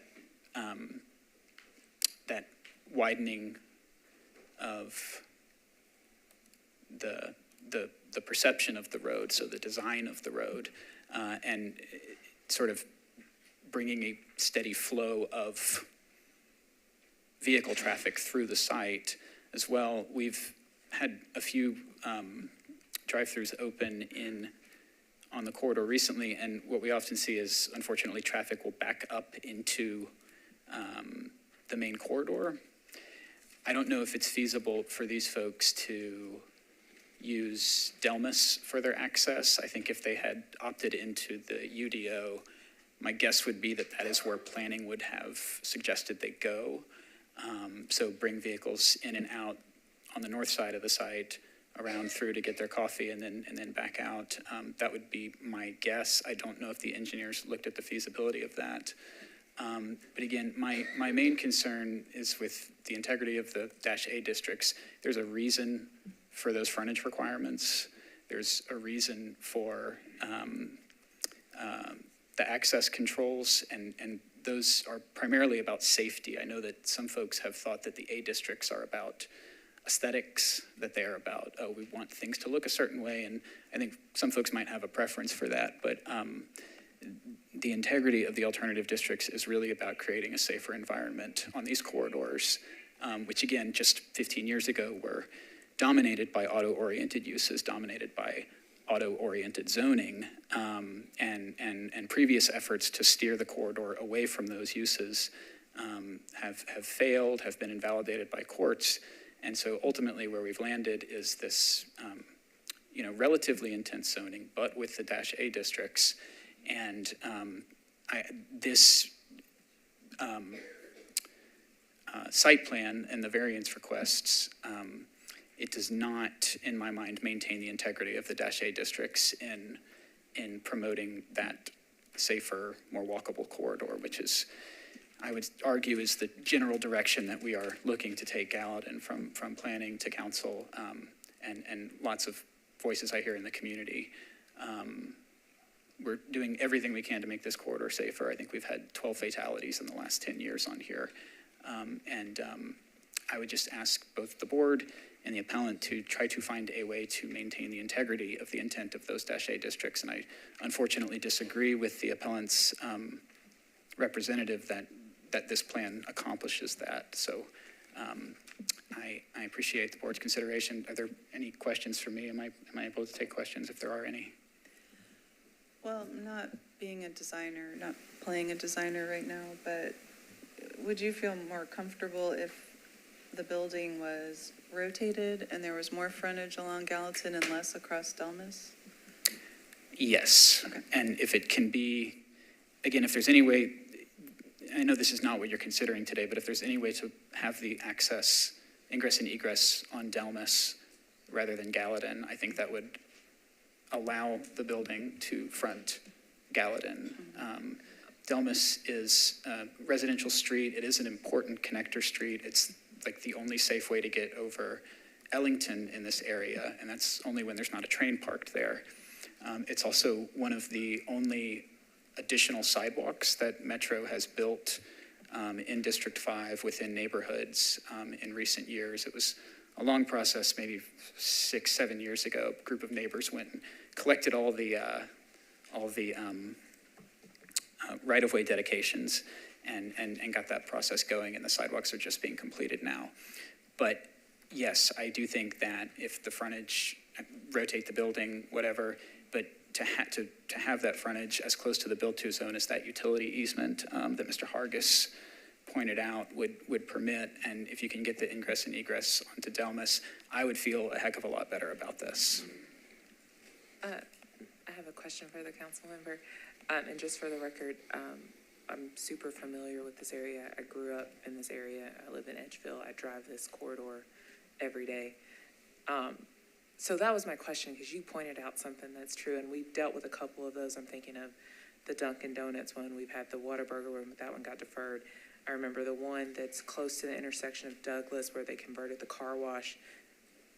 It came before us, and then we approved it, but then it caused a lot of issues with traffic. So I'm acutely familiar with what you're talking about. My question was, and I think your suggestion is a good one, but my question was, a lot of times when we hear things on Gallatin or Nolensville Road, because these like big corridors abut up against, like right up against like a residential area, it creates sort of a conflict. And so I guess my question is, do you have any concerns, and maybe you've already thought about this, is there any concerns about the traffic coming in and out of Delmas? I know there's a light there now. Does that help? That's what I was just gonna like. I think the light improves that situation pretty drastically. That used to be Nothing, I know. It used to be fairly dicey You getting have to in make and a out left of there. turn with no light, I remember.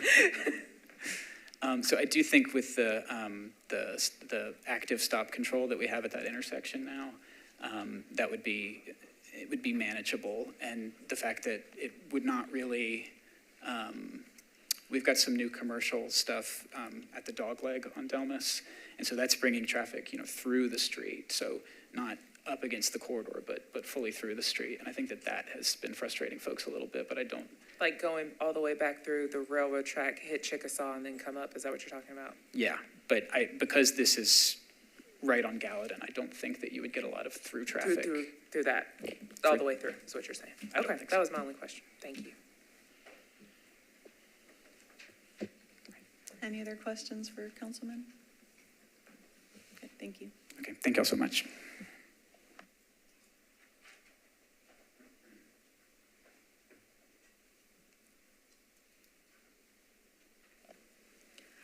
First off, I'd like to thank the council member for his thoughtful consideration of our proposal.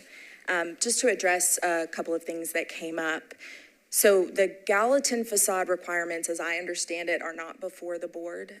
We're already meeting those. Mr. Hargis, am I correct in that? Well, I wouldn't say that you're necessarily Not meeting them, but you're improving a non-conforming situation. Yes. right. I would also say, the council knew how to outlaw drive-throughs and auto-centric uses, fast food restaurants. They did that with the MUNA zoning district. So if the intention was to constrict the ability to build that type of use, the council knew how to do that. The site plan that we've shown, our building is not any further back from the right-of-way than the existing building on this site on Gallatin. And it's also not any further back from the right-of-way than the homes on Delmas. So I would contend that we are maintaining the integrity of, the existing development, and we're not creating a situation that isn't already there, and I wouldn't say that we're making it worse. In fact, with site improvements, landscaping, there will be some sidewalk improvements that NDOT has placed as conditions. I would contend that we're improving on the current situation. You would also, even if you change the orientation of the building, you still need somewhere for cars to circle. So I'm not entirely sure, and perhaps our engineer can speak to that more clearly. I'm not entirely sure that addresses the build-to zone issue. And with regard to the Duncan case and the traffic created by that, so as you all may know, the board denied that request. So they built their drive-through in conformance with the strict requirements of the zoning code. Their site is also much, much smaller than ours. So I looked at their site plan, and they can only queue up about 10 to 15 cars before they start backing up. The cars start backing up onto Gallatin. Based on the way our site plan is set up, we can queue 20 to 25 cars before those cars start to back up onto Gallatin and create a traffic problem. And, I would just submit that if the appellants are not able to circulate 20 to 25 cars, then they've got an operational concern to deal with. So while I completely understand the concerns here, I think that our site plan addresses those concerns and is consistent with development next door and the building that currently exists on the site. And Mike, did you have anything else? Okay. And we'll take any questions, obviously. Doesn't appear there are any questions yet, but I did want to clarify the different variances that are before us. So there is a variance to the build-to zone off of Gallatin is one, but there's not a requirement. Oh, it's both Delmas and Gallatin? Okay. Yes, because we're on a corner lot. Corner lot. And then the other variance is the frontage is only 37 feet along Delmas. Is that right? Yes, and the required facade length would be 177 feet. On Delmas. Along Delmas, yes. But Gallatin's not before us. Why isn't Gallatin before us? Gallatin already exists in a legally non-conforming situation with the frontage, the existing building. Now, if they were tearing that building down, that would come into play. But the addition of I think it's like 17 or 18 foot width on Gallatin actually makes it more conforming. Not quite fully code compliant, but. Okay. If I could add one more thing as well. The zoning code requires that for these corner lots, the building that's currently there is actually not where it should be. If it were built today, it would need to be in the corner of the intersection of the two streets. So in that way, we are also moving closer to complying with the requirements of the zoning code.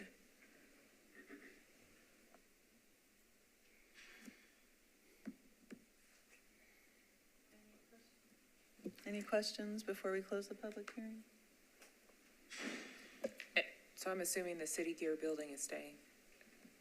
Yes, it is staying, and we don't have access to that portion of the site. Again, Jolo Enterprises is only leasing about 40-ish% of the site, half an acre, and so we can't build on what we don't have access to build on. And then just a couple more things, I'm sorry. Based on, previous cases and things I've heard at previous hearings, I did just want to point out that the decision to build on one parcel as opposed to another doesn't constitute a self-imposed or self-inflicted hardship. If it did, then I don't think the board would need to exist, because you could always find a different parcel to build on. So that isn't a self-inflicted hardship. The fact that we're only leasing a portion of the property is also not a self-imposed hardship, as you considered with your last case about the sign. They only had permission from the property owner to put it in a certain place, so that wasn't considered self-imposed. And NDOT has already signed off on the plans, like I mentioned, with the exception of some sidewalk improvements that we're happy to make. I have one question specific to the, I call it aprons or entrances on this particular lot. Satellite imagery, from what I can see in this photo right now, has two aprons on Gallatin, one with kind of a car in front of it, another one fairly close to the City Gear, and then another one that's kind of in the back of the lot on Delmas. Is it your intent when this work is done, you'll be closing off one of the aprons on Delmas in the rear of the lot and closing another apron on Gallatin, essentially taking 3 down to 1? Actually, just closing the one on Gallatin, so taking 3 down to 2. The one closer to Delmas on Gallatin, so taking 3 down to 2, utilizing the primary entrance would be that one on Gallatin. That's where we would expect to see most of the patrons coming from. But there will still be the secondary entrance on Delmas that exists in the back, now. it's kind of, Yes. yeah, it's just where kind of the Yes. dark gray goes to light gray, okay. Yeah, so taking 3 to 2 and 2 to 1 on the, main corridor that is of most concern when it comes to pedestrian safety. Okay, and this is drive-through only? Yes. Okay, thank you. Thank you.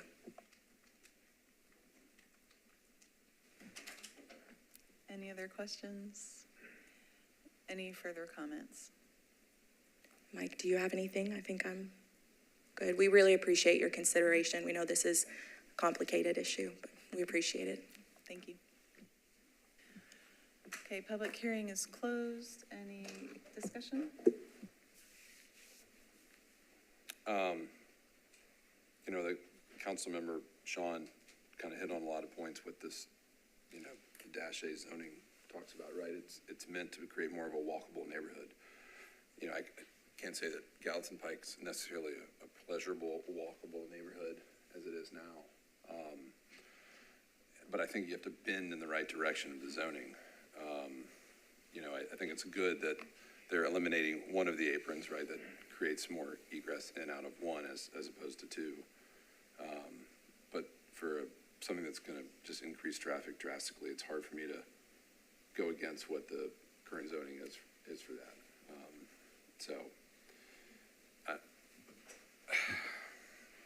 I'm not convinced that this, essentially goes towards those Dash 8 district guidelines, especially the fact that it's drive-through only. The idea hopefully is in 10 to 15 years that that zoning bends it more to creating more of a pedestrian-friendly, essentially area, right? But that would require also a lot of work on the road and a whole bunch of other stuff, so that's kind of where my issue is and where I stand.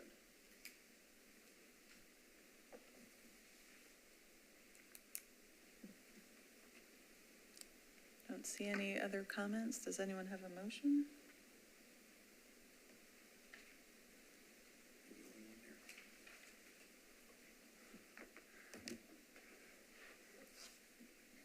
I'll make a motion to deny this request based on the fact that it doesn't comply with the current Dash A zoning that's in place for Council Bike.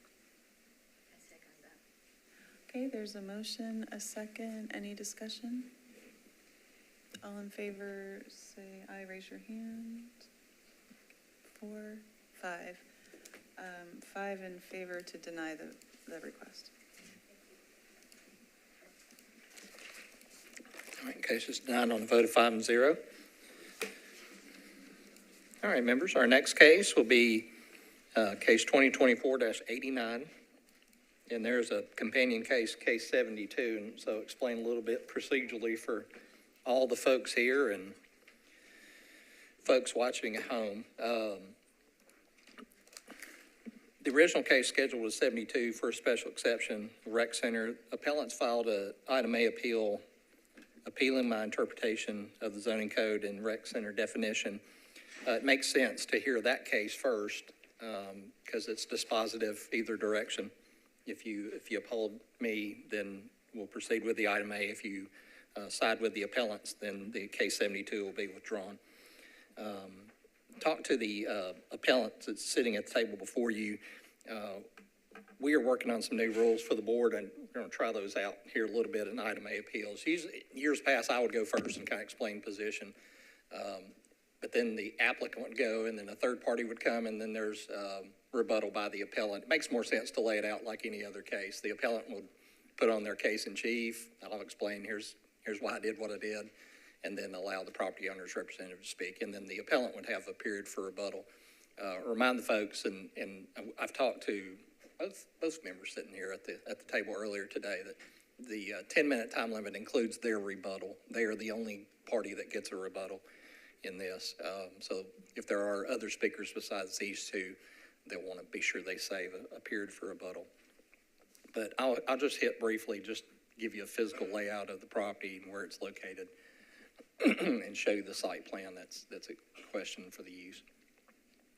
Case 2024-89 and 72. The subject property is located on the north margin, you see, of Highway 70, located in the AR2A zone district, and this is the application site plan filed by the appellant.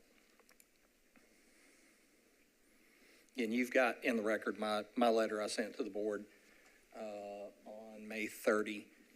I'll have some other comments based upon Councilmember Spain's comments and Mr. Henry. So with that, Mr. Henry, and Miss, I apologize, I've forgotten your name since earlier today. It's Miranda Christie Montgomery. Thanks, Ms. Montgomery. With that, I'll turn it over to you guys. Thank you, Mr. Hargis.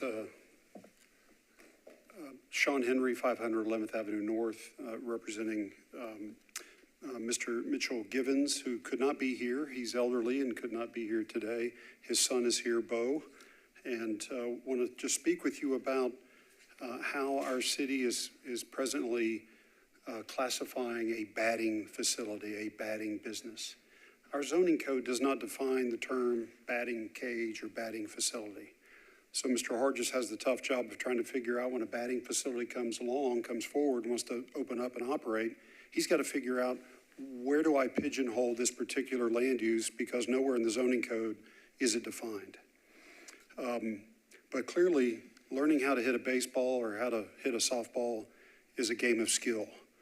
If professionals can bat 300, that's 30% success rate. If you can have 30% success in hitting a baseball, then you are having great success.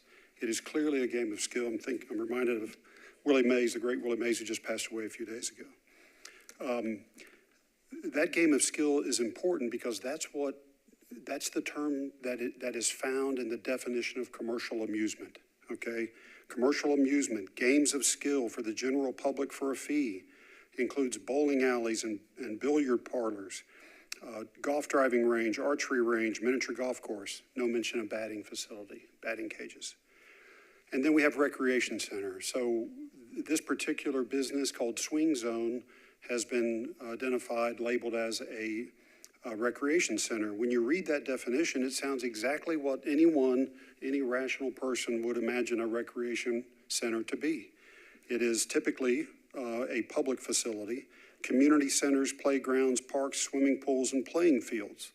There may be a membership of a club involved, and that's exactly what our Metro Parks Board does. Our Metro Parks Board, from the evidence we've given to you, they lease out space every month for clubs and members to raise money, to sell alcohol, for fundraising, to do all of those kinds of things. And you heard from Councilman Jason Spain earlier regarding the Bellevue Community Center. He provided to you programs offered there for free and programs offered there for a fee.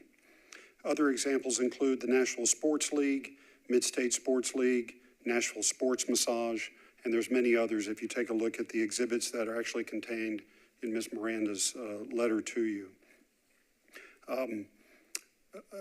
Councilman Spain also gave an example of what type of a business is not a recreation center and clearly a commercial amusement. He mentioned the virtual golf facility that's now up and running in Bellevue One Place, in place of the former Bellevue Mall.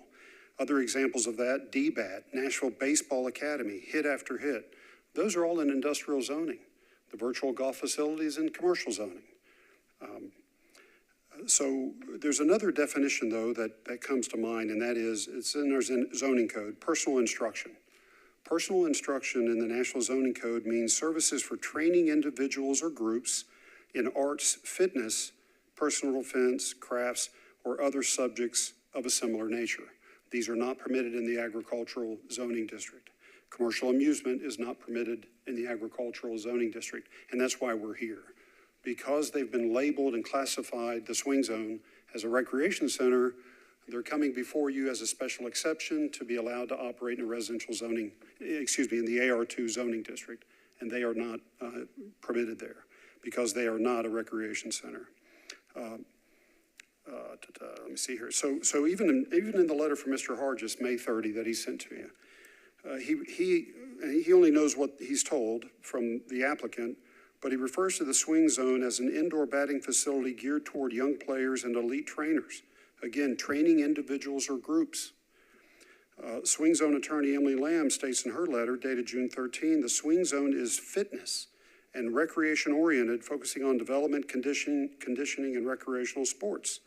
That certainly matches up with the definition of personal instruction for training individuals or groups in fitness or other subjects in a similar nature. And so the Swing Zone is more personal instruction, is more commercial amusement than it is a recreation center. And I'll hold my comments there, and we would like to reserve 2 minutes for rebuttal. Ms. Montgomery. Thank you. I would like to add to that, to the supplemental letter that I sent in on June 12th. There was this sheet that contains an additional 6 facilities located in Davidson County. And so while I appreciate Mr. Hargis's position that he would have chosen something different than the prior zoning administration in the 3 cases cited in the item A appeal, there are indeed 6 more. So that begs the question if he would choose something different for 9 facilities that are currently in existence in Davidson County, all of which are in industrial zones. I would go on to say that as part of my letter, I gave you 5 samples of zoning codes from different jurisdictions, including the neighboring jurisdiction of the city of Pegram, that categorize batting facilities as indeed commercial amusement. Thank you. One final comment, if I may. The Planning Commission issued a recommendation, not on this interpretation, of course, but on the actual special exception application 072. And this was dated May 2. In the Planning Commission's analysis, they identify this as the recreation center, commercial amusement outside. they're using both terms. Even our planning department is confused as to what this thing is, okay? That's the point there.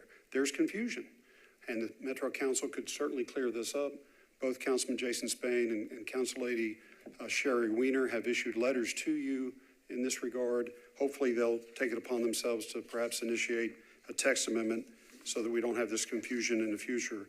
But there certainly is present confusion, and various zoning administrators have made different decisions as to batting facilities and decided, well, they are recreational, therefore they can be in a residential zoning district, or they're commercial amusement and they cannot be in a residential district, and they must be in commercial or industrial zoning, which is where we have found most of those examples.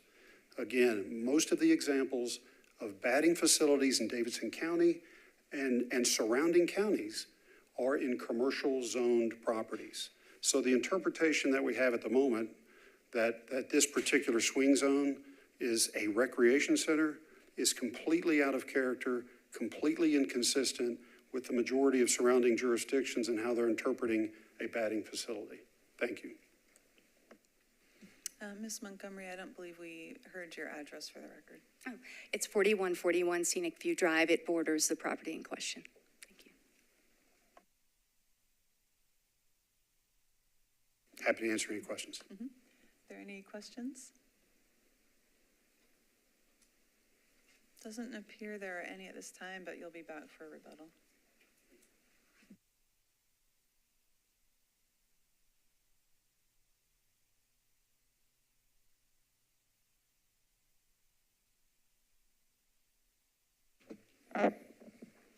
Yeah, members of the board, Joey Hargis, Metro Zoning Administrator. Like I said, I submitted a letter to you guys, but I do want to address a couple items, both that Mr. Henry just raised and the council member raised, and to the use of rec center versus commercial amusement indoor. If you look at the definitions between the two, recreation center and commercial amusement indoor are very similar. The only distinguishing characteristic, or one of the distinguishing characteristics between the two, is that recreation center talks about recreation facilities that are available to a membership of a club or the general public, whereas commercial amusement indoor doesn't even mention club. And that's the issue when meeting with the representatives initially making the decision on this case. And he hearkens into his thing that this facility was geared, and I take geared to be, this is our primary focus, geared toward young players and elite training and the training of thing. Now, we never discuss personal instruction. That is an interesting take that I'll have to think on. It's a good one you brought up today. But their application is not that I got it wrong and it should be personal instruction. It's I got it wrong and it should be commercial amusement indoor. Councilmember Spain talked about the virtual golf simulation machine facility. That's clearly commercial amusement indoor. It's in the zone district where it belongs. I'd point out that of the 9 places that were brought up before, all of those uses, whether they're commercial amusement indoor or recreation center, are permitted uses in those zone districts. So I don't want you to get lost in this is a commercial enterprise, it's in a residential zone district. The Metro Council decided that this commercial use, it is fully a commercial use, is allowed in AR2A, every R district in this county, by special exception of coming to this board. And Mr. Michaels is present or was present. I disagree with his interpretation of the prior DBAT facility as commercial amusement indoor. I would still call it recreation center due to the membership component of that. If it was just a batting cage that anybody can just drive up, you don't have to have a membership. And that may be the facility here, but again, I emphasize that the applicant's own application, that it's geared toward training and trainers, that takes it out of your indoor version of Top Golf, or anybody just shows up or outdoor batting cages like I went to over in Old Hickory growing up. That was part of Riverside Golf Course. I would put those under commercial amusement outdoors because they're just simply, I pay a fee to swing the thing. I'm not going through training, so it's a little different in my mind. Now, if Mr. Howington's not doing that, and it comes out to be that he's fully, it's just whoever wants to show up and hit some balls, that's not recreation center. So I want to emphasize to all the folks here the difference between the twos. I fully support Mr. Henry's position. The Metro Council needs to act and fix these definitions. I've suggested it multiple times. I still call for it again to add some clarity to create land uses. Our zoning code started being built in 1995, and we're sitting here 30 years later. How many land uses or technology and changes that have occurred where we don't have a category for it? And that is the job as me and prior zoning administrators to put that square peg in a round hole and to try to figure out which category we put it in. I will admit that most of your recreation centers that we have done are principally your YMCA type facilities, the parks and recreation centers, those type, the Boys and Girls Club. But I'll contrast it with one that this board recently heard was Seven Hills Tennis Club. Seven Hills Tennis Club is fully a club. As a matter of fact, the 1960 case that brought it to the board had the classification as club. Now, we're not here litigating that particular case, but I want to point out to you that we called it recreation center to define a use to bring it back to this board when they wanted to put the 40-foot bubbles over the tennis courts to give this board the ability to hear it. Other types of uses where permits have been issued as recreation center are the Ford Ice Center out in Antioch, Harding Academy's off-site sports facilities that are not located at Harding's field. If you had recreation facilities at the school, that's just an accessory to the school. But Harding, if you'll remember, I think it's out Highway 70 or 100. Their football fields and baseball facilities are off-premise. We classified that as rec center too. I did not make an analysis under personal instruction. I am open to listening to that at a future time, but that wasn't the initial filing by this appellant. And again, I caution the appellants, the owners council who's coming to speak next, if it's, I see that recreation center is principally club type use, exactly what he's held out to be, training. Sure, can I take my child out there to hit? Sure, pay my fee and hit, but the principal use is supposed to be training. If it is not that, I would actually agree with the opposition and call it commercial amusement indoor to do that. Other indoor facilities that we would do in town, laser tag type facilities would be commercial amusement indoor. There's a go-kart track across the river over here, an airsoft type facility along the river. That's commercial amusement indoor. That's the fine line distinguishment between the two. So, I'm here if you have any questions. I don't. Joey, thank you for that, Mr. Argus. So it's a very fine line is basically what I'm trying to understand.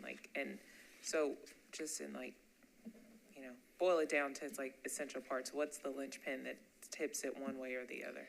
The linchpin for me is the applicant's emphasis that it was principally for training.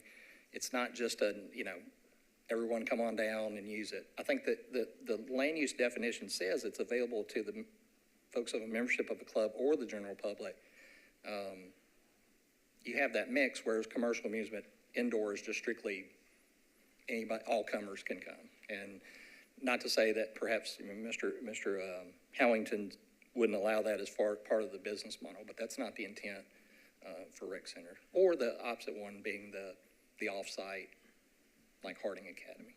Okay, thank you. Yes, ma'am. Let me follow up. Yes, ma'am. Ask question. So, during your testimony, what I heard was distinction is a membership, because if it's not membership, any general public can come into that indoor batting center and practice. Sounded like what you distinguished was a membership. I do distinguish between the two because the definitions themselves, rec center list membership. I would also equate that as to I'm hiring a trainer. Let's say I had a son or a daughter that pitched, softball. Obviously, softball pitching is not like baseball. Or I have a son that's wanting to be a catcher, and there's certain techniques that you would learn. I hired a trainer to come to his facility to teach my child that. That clearly is rec center. I would equate that with membership. It's not just whoever wants to show up on a Saturday brings some guy with him to teach him how to throw that. There's some educational that's going on with it. there is some credence that Mr. Henry brought up to personal instruction that could be constituted that way. But again, I haven't done that. But when you look at the definition of commercial amusement indoor, there's nothing about membership.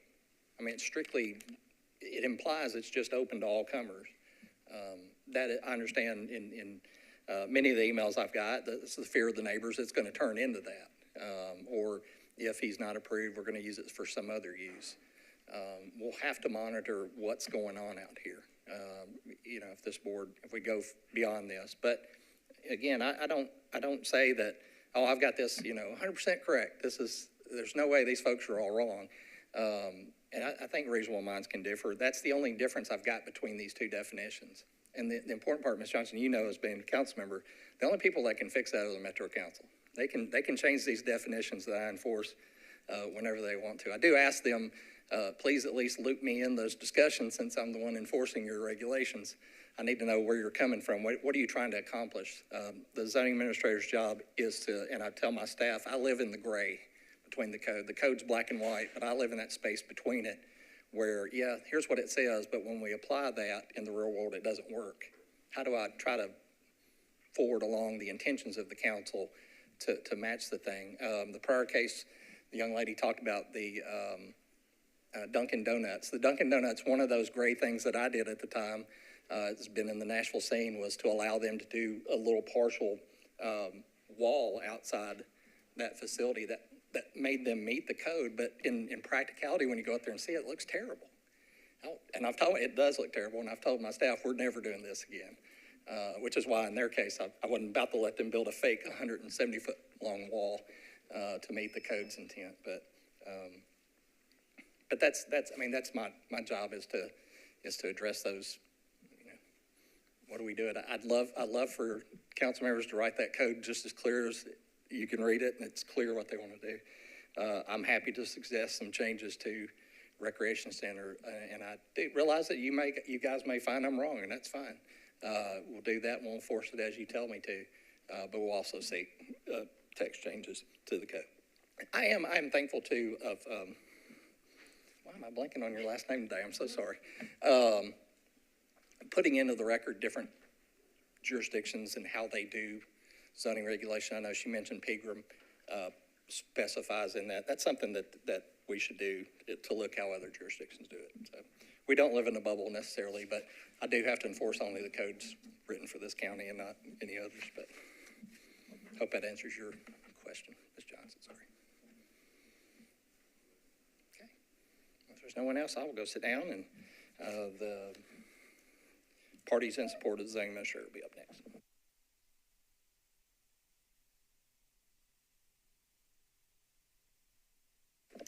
Good afternoon, board members. My name is Emily Lamb, here on behalf of the property owner, 1801 West End Avenue. I'm with Thompson Burton. Thank you to Mr. Henry and Mr. Hargis for making their presentations.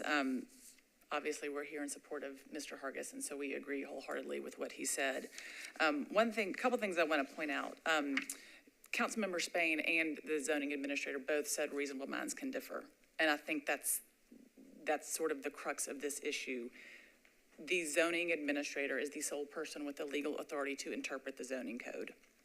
And specifically, 1708-030 says if a use does not exist, the zoning administrator makes that decision. Now, obviously, this board has the authority to overturn him, but former zoning administrator made a determination that the current zoning administrator might reasonably disagree with. To Mr. Hargis's point that the zoning code is coming up on 30 years old now, the laws change, uses change. What was previously determined to be commercial amusement, inside commercial amusement, that definition might not apply as well. I know at one point commercial amusement was amended by a former council member to allow indoor event space for parties, for weddings. That's commercial amusement inside. That is not a recreational use. Our business model does have an emphasis on membership, on training. We will have staff, we will have trainers on site. Yes, the public can come in and use the batting facilities, but that is not the primary purpose of this. We're going to have a membership, we're going to have trainers to focus on this recreational sport and to teach them that. I think this is different from personal instruction because personal instruction doesn't have a recreation side to it. We will also be available if somebody wants to come into the public and just hit some balls or maybe have a birthday party. That's not personal instruction. That's not fitness instruction. There is, again, we have a wide range of uses, all of which are focused on fitness, focused on recreation, focused on the sport in a membership capacity.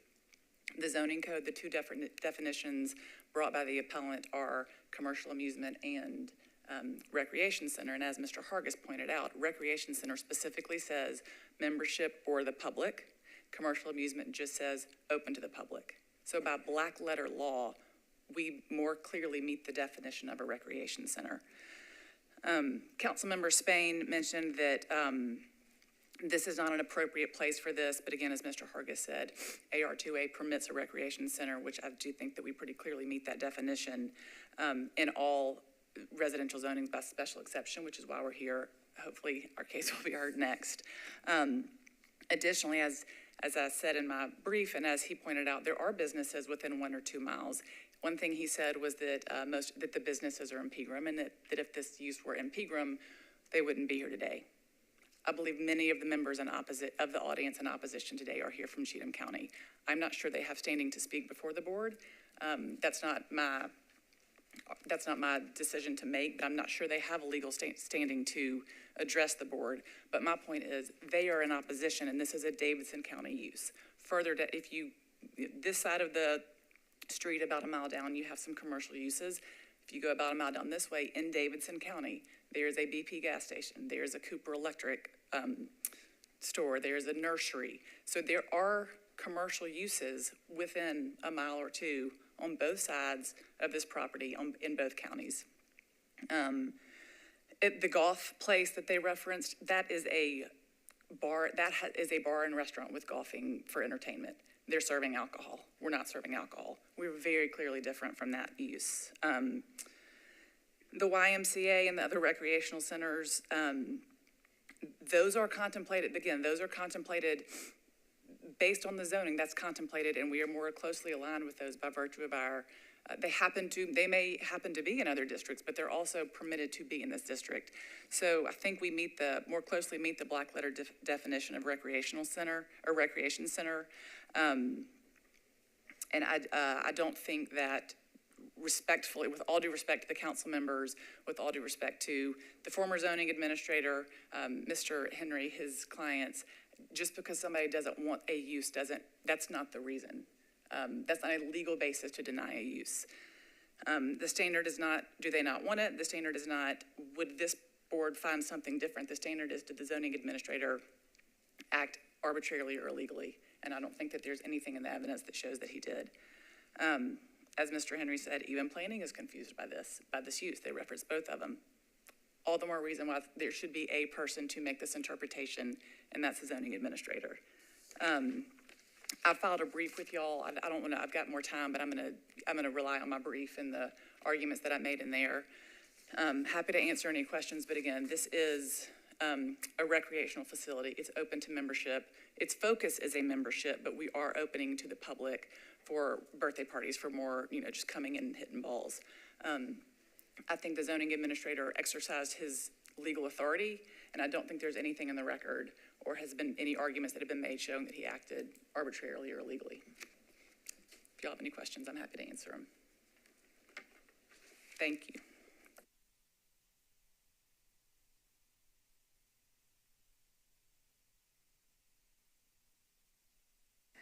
Mr. Henry, I know you probably have a planned rebuttal, and I don't want you to waste that time, so I want to ask my question before they start the time, since it won't tick. I'm sorry, my brain. Ms. Lamb just pointed out a good point, because we've heard a couple item A's recently. Normally, we decide, did the zoning administrator act either illegally or arbitrarily? And your first argument was really good, so it helped me clarify the issue. But do you have any argument on whether or how you think the zoning administrator may have acted either illegally or arbitrarily? That was my question, from your perspective. Well, at the moment, I don't think there's any evidence of illegality or arbitrary decision-making here. I think it's purely an interpretation. Okay. And it's up in front of the jury, the judge and jury, which is this Board of Zoning Appeals, to evaluate whether he did so correctly based on what he has to work with. And it's a tough job being a zoning administrator because you take the language and the information given to you by the applicant, you've got to figure out what to do with it. So. Thank you for the few minutes for rebuttal here. As I heard the two other speakers, I was thinking about the television show Parks and Recreation. There's a whole show called Parks and Rec, and that's the kind of thing we're talking about here. It's a community facility, a recreation center. I think reference to swim and tennis clubs, well, a swim and tennis club is a swimming pool and a playing field. And squarely, those things fall within the definition of recreation and recreation center. That's how the term is defined. I think where the zoning administrator has erred here is his singular focus on the term membership. I think the singular term to be focused on here is a game of skill. Because again, we've provided evidence to you all to show that even recreation centers, they allow clubs to participate. Memberships in clubs do participate not only in recreation centers, but also in these commercial amusement events. But the question is whether or not, and he mentioned Riverside Golf Course, and I appreciate him doing that because I've been there and played there many a times, and I called there yesterday. Do you all still have your batting cages there? And they said, no, not since the flood. So they don't have them there anymore, Joey. But they did, and they were clearly a commercial amusement facility. Laser tag and airsoft and go-karts, those are all commercial operations. Reasonable minds can differ. The question is, hitting a baseball or a softball is either a game of skill or it's not. You don't need to have skill to, using the terms from the definition of a recreation center, you don't need skill to play on a playground, to walk in a park, to dog paddle in a pool like I do, to play kickball, or throw a frisbee on a playing field. Those are recreation center type uses. And again, they do lease them out. The Metro Parks Board leases them out to certain clubs. We've mentioned those. We've given you all those examples. They sometimes do that. And that's what that membership of a club was purposely intended to accomplish and accommodate by the city council. We want to allow our Parks Board to allow these club memberships to use our facilities. And that's what they do. That's why that definition fits.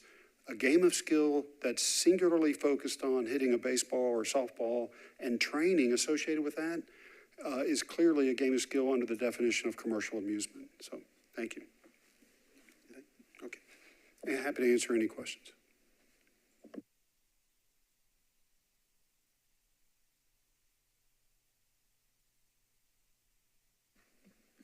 Doesn't appear there are any questions, so we'll close the public hearing.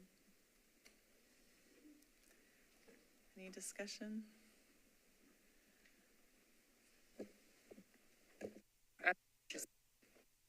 Sure. And part really job talk. I think the argument did.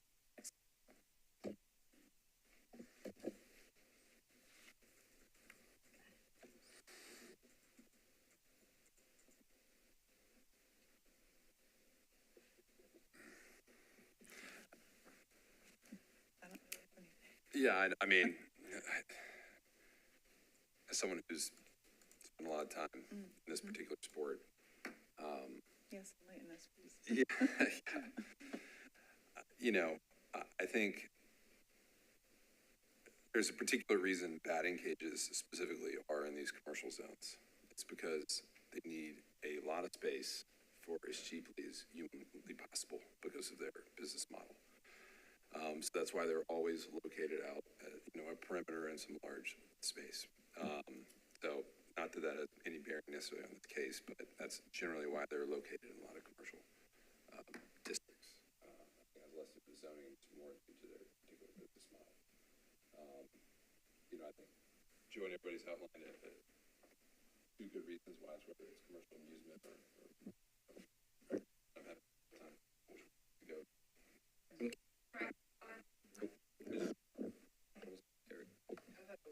Yeah. Yeah.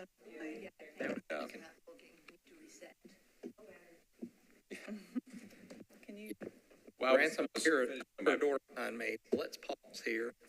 Maybe this works. No. You think it's a. I think it may be coming sound. Is that you, Joey? You think I was disagreeing with you, so you just. No. Well, no, it's your mic. See if we got, yeah, there you go. If you don't mind, just, yeah, I think we're okay. I mean, it's pretty much wrapping up my point anyway. I mean, I it's not clear, in my opinion, one versus the other. So it's tough for me to make a vote one direction or the other because I can't make a sense of whether it's commercial or not. Just because things are located in a commercial district doesn't necessarily mean it falls under that category, especially with all the zoning that's changed over the last 30 plus years. I'm not sure if anybody. It works, but maybe it's not reporting.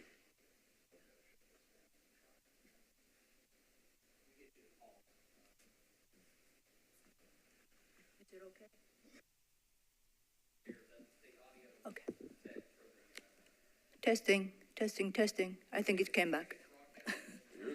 Yeah. So I will give it a try. I have been listening and analyzing difference of it is a commercial amusement, indoor, outdoor, rather indoor, or recreational center.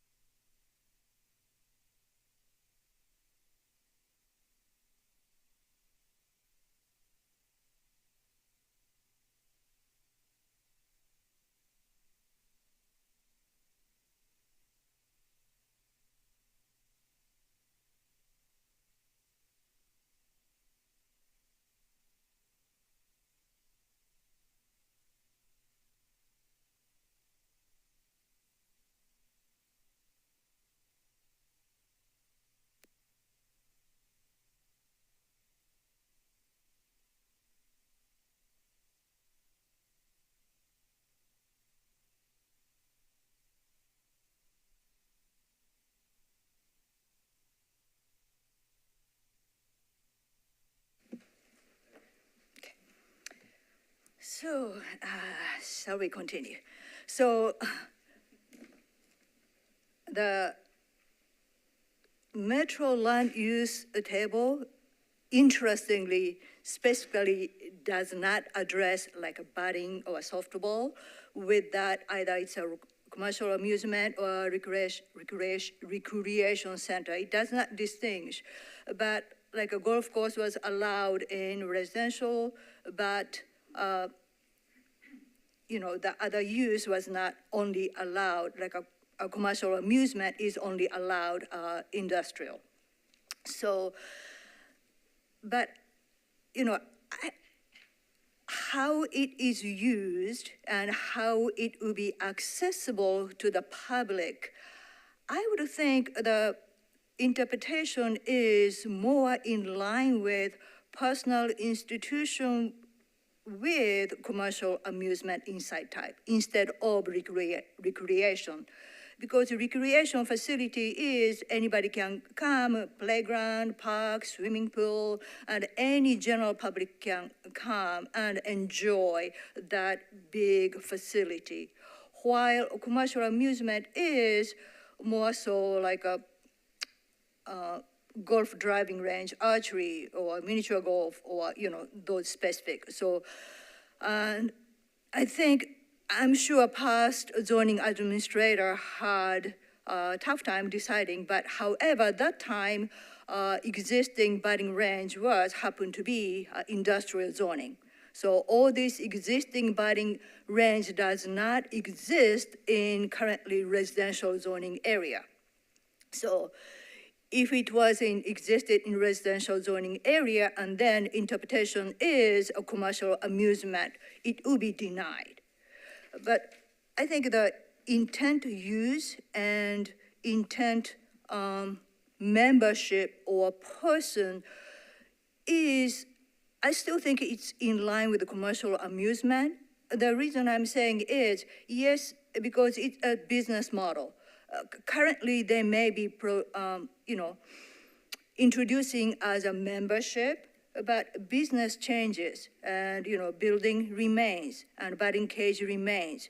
So if one business model only cater to specific group of people, and then business can change, well, let's open up to general public, charge the fee, so everybody can enjoy that facility. So there is that kind of possibility.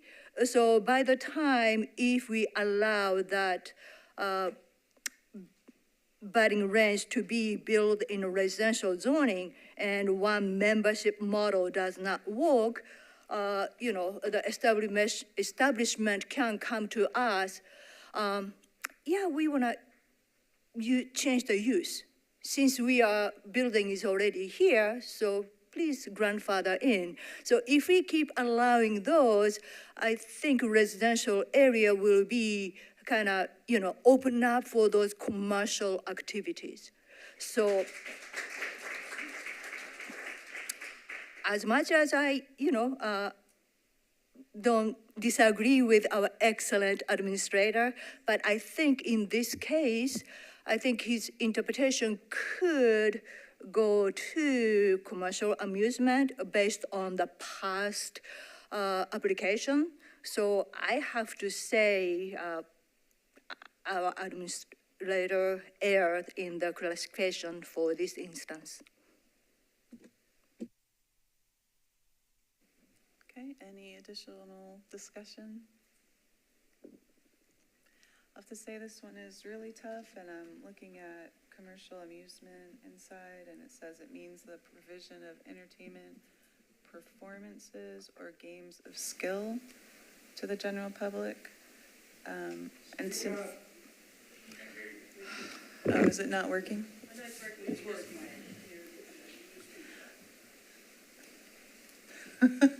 I'm not getting the applause today like my colleague over here. Maybe later. So it says the provision of entertainment, performance, or games of skill, and to me the batting cage is not any of those. So I would have to be on the side of the zoning administrator in this one. I have a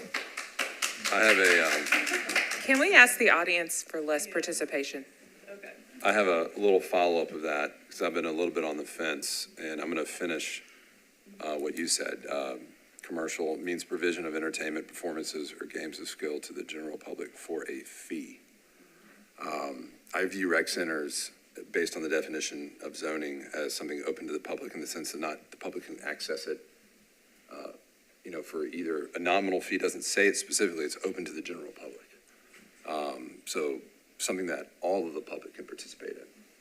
And so if it goes in a residential area, it's something all those people can appreciate and use, where I see more of a commercial amusement as something that, even though they may present that they're gonna have a membership, it's probably similar to what DBAT has, where if you have a membership, it's basically a way of accessing the cages at a lower price. I can't say that they're gonna do that, but that's what their membership is. It's not necessarily specific to get in, it's really a fee-based membership. So the particular part for me is for a fee, because I don't think anything within the facility is going to be free to the general public. They may have certain days. So I think that's why I'm leaning more towards viewing this as commercial amusement. So again, Joey's been doing this a long time. I certainly appreciate his point of view, but that's what's leaning me to that side. It's that kind of for the fee comment.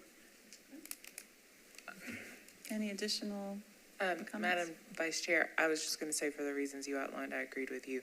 I think it's a tough line, so I understand why Member Johnson and Member Ransom, their logic definitely makes sense. I just think it's a tough line, and also like both of these things, like delineating this on an activity, like the for skill or not for skill. Like I have no athletic skill, but I could go participate in any of the activities from archery to batting cage.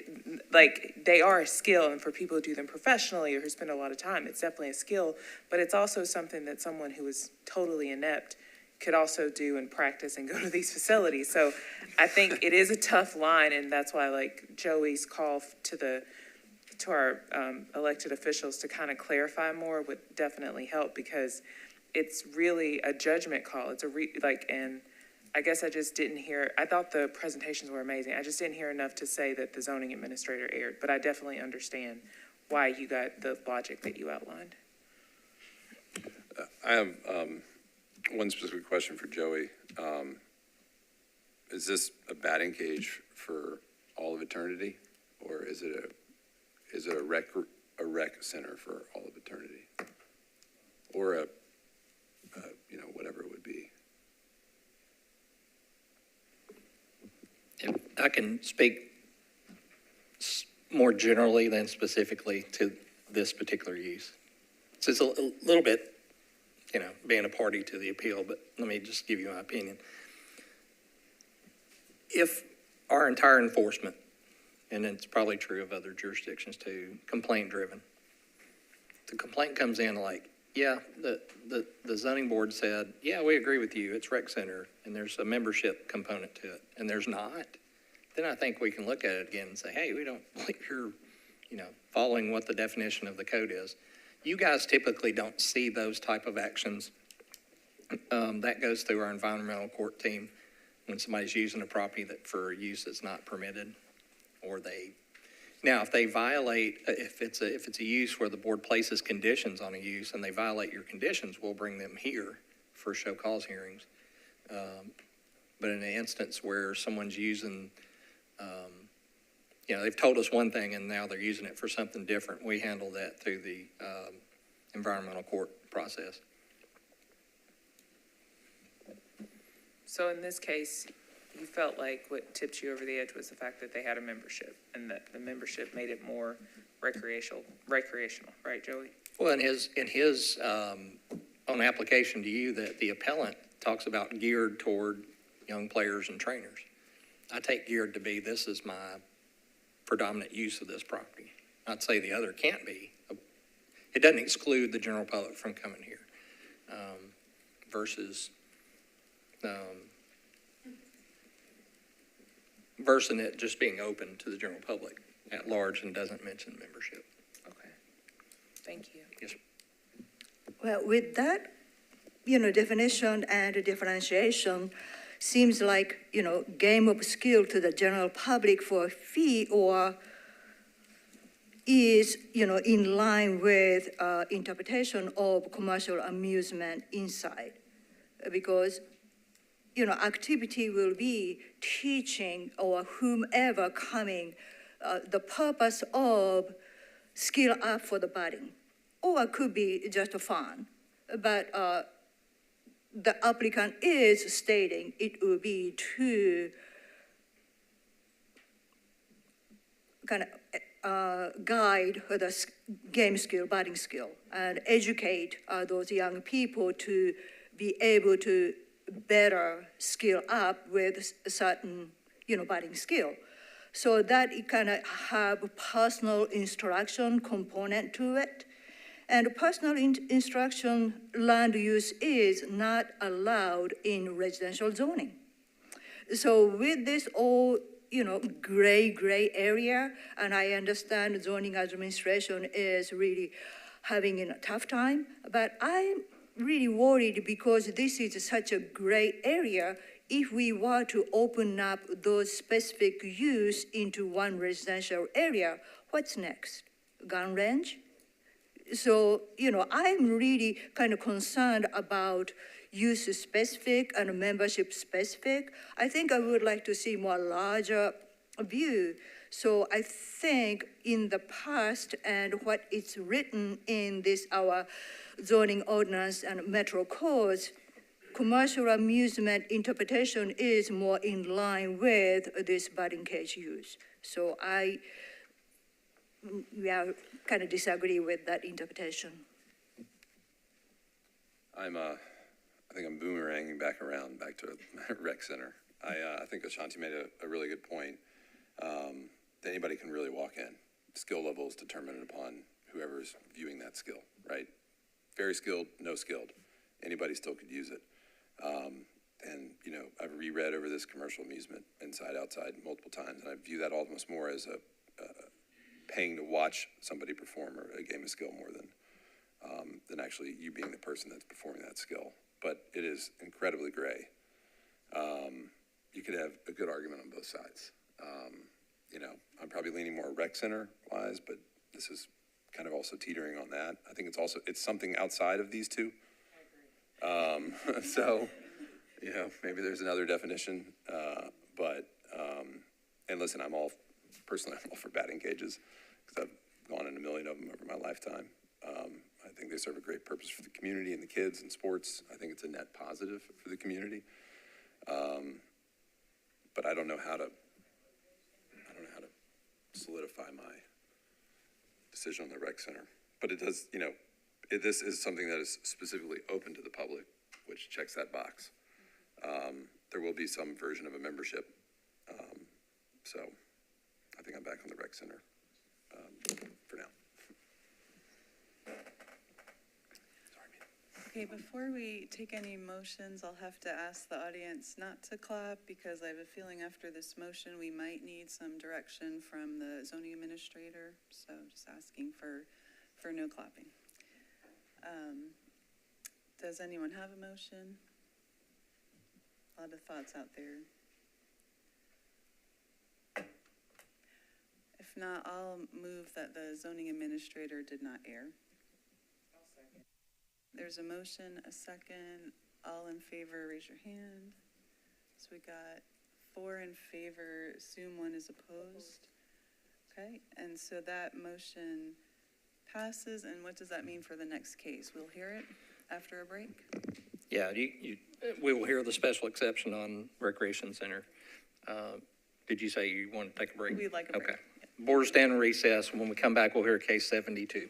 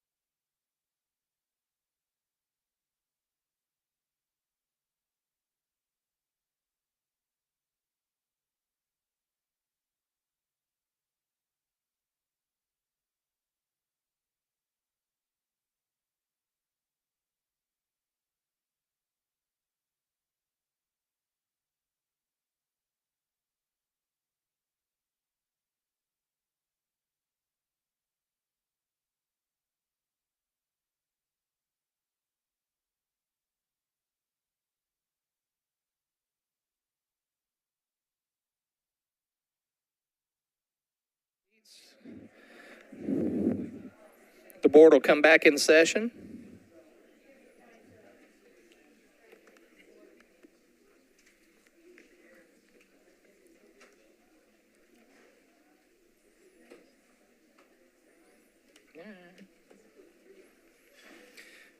Okay, the board will now be back in session. Next case to the board, 2024-72, Randy Howington is the appellant. Howington Construction LLC, owner of the property at 9022 Highway 70, requesting a special exception in AR2A. The appellant is seeking to construct indoor batting facility referred to the board under section 1716-220H. The appellant has alleged jurisdiction under section 1740-180, item C. We do have opposition present, obviously, and members, I know both parties were talking during the break, perhaps extending time. Just want to explain to everybody as far as the timing rules for the board. Each party, that would be the folks in support and the folks in opposition, get a total of 10 minutes to speak. That will need to be divided up before speakers come up before the board. The applicant will go first. I'll go first, actually, in slides and walk through the code and then turn over to the appellant. They'll have 10 minutes or whatever y'all agree to. And then some of their, whatever's remaining of that time will become the appellant's rebuttal. The opposition will get the time allotted in total, not per speaker, but for everybody. And I know during the break, parties talked. Did y'all discuss it? We discussed it and ultimately we'll defer to the board. It's my position that maybe 3 or 4 minutes would be fine. Typically there is a speaker or spokespersons for opposition, so I don't see the need to extend it more than about 3 or 4 minutes, and would request that, of course, we have the same amount of extension in our rebuttal. Yes. I think Mr. Henry asked for 15 to 20 minutes. So before we begin the case, members, there's a request by opposition for more time, and it'll be your decision how much time to give both sides. We'll give both sides an equal amount of time. Any thoughts on this request? I would rather start with 10 minutes each. We've heard quite a bit already about this property, so I'd like to try personally with 10 minutes each and then see what happens. I'm fine with that. Mm-hmm. Okay, so we'll keep. Okay, we'll start with our normal time running of 10, and then the board may extend that should the issue. Before anyone speaks, we'll go through the staff presentation first. So, the subject property again on the north margin of Highway 70 on Davidson, Cheatham County line. The proposed use is Recreation Center. The site plan which you see here is the subject property. I'm a little bit tilted from north, but north arrow would be roughly toward the upper right-hand corner. The dashed line that's located on the site plan is the county line between Cheatham and Davidson counties.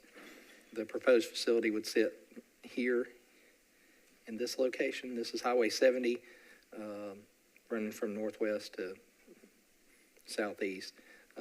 Subject property also fronts Beverly Hills Drive. That would be located on the eastern side. So if we were to rotate this this image counterclockwise, roughly 90 degrees, that'll get you north and south. This is looking into the subject property facing north upon our visit out there. Views looking west along Highway 70. The proposed facility will be constructed in that general area here. And then views looking back toward the east, that driveway into the current site, and then that road, if you see in the background, that's Beverly Hills Drive, running from north to south. That intersects I-70, or Highway 70, and then a view west along subject property. I'll put the site plan back up, leave that for you. Members, got a lot of folks here. We'll give you the conditions specifically for Recreation Center. The zoning code requires that this use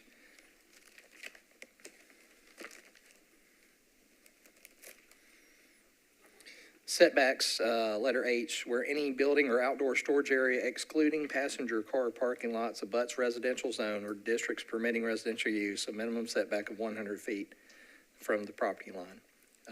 Along all residential districts and districts permitting residential use, screening in the form of landscape standard A shall be applied along common property lines. And 3, the street standard at a minimum driveway access shall be from a collector street. And those are the 3 conditions for the specific conditions under the special exception. With that, I'll turn it over to the appellant. You'll have 10 minutes to present. Again, a reminder, you'll want to save some of that for rebuttal. If the board does give more time, we'll give an equal amount of time to both parties. Thank you, Mr. Hargis. Thank you, board members. Emily Lamb with Thompson Burton, 1801 West End Avenue. As you know, we're here pursuant to the classification by the zoning administrator for a recreation center. The specific proposal is for an indoor climate-controlled batting facility that's geared toward young athletes and elite trainers, and will be available to the general public or for membership.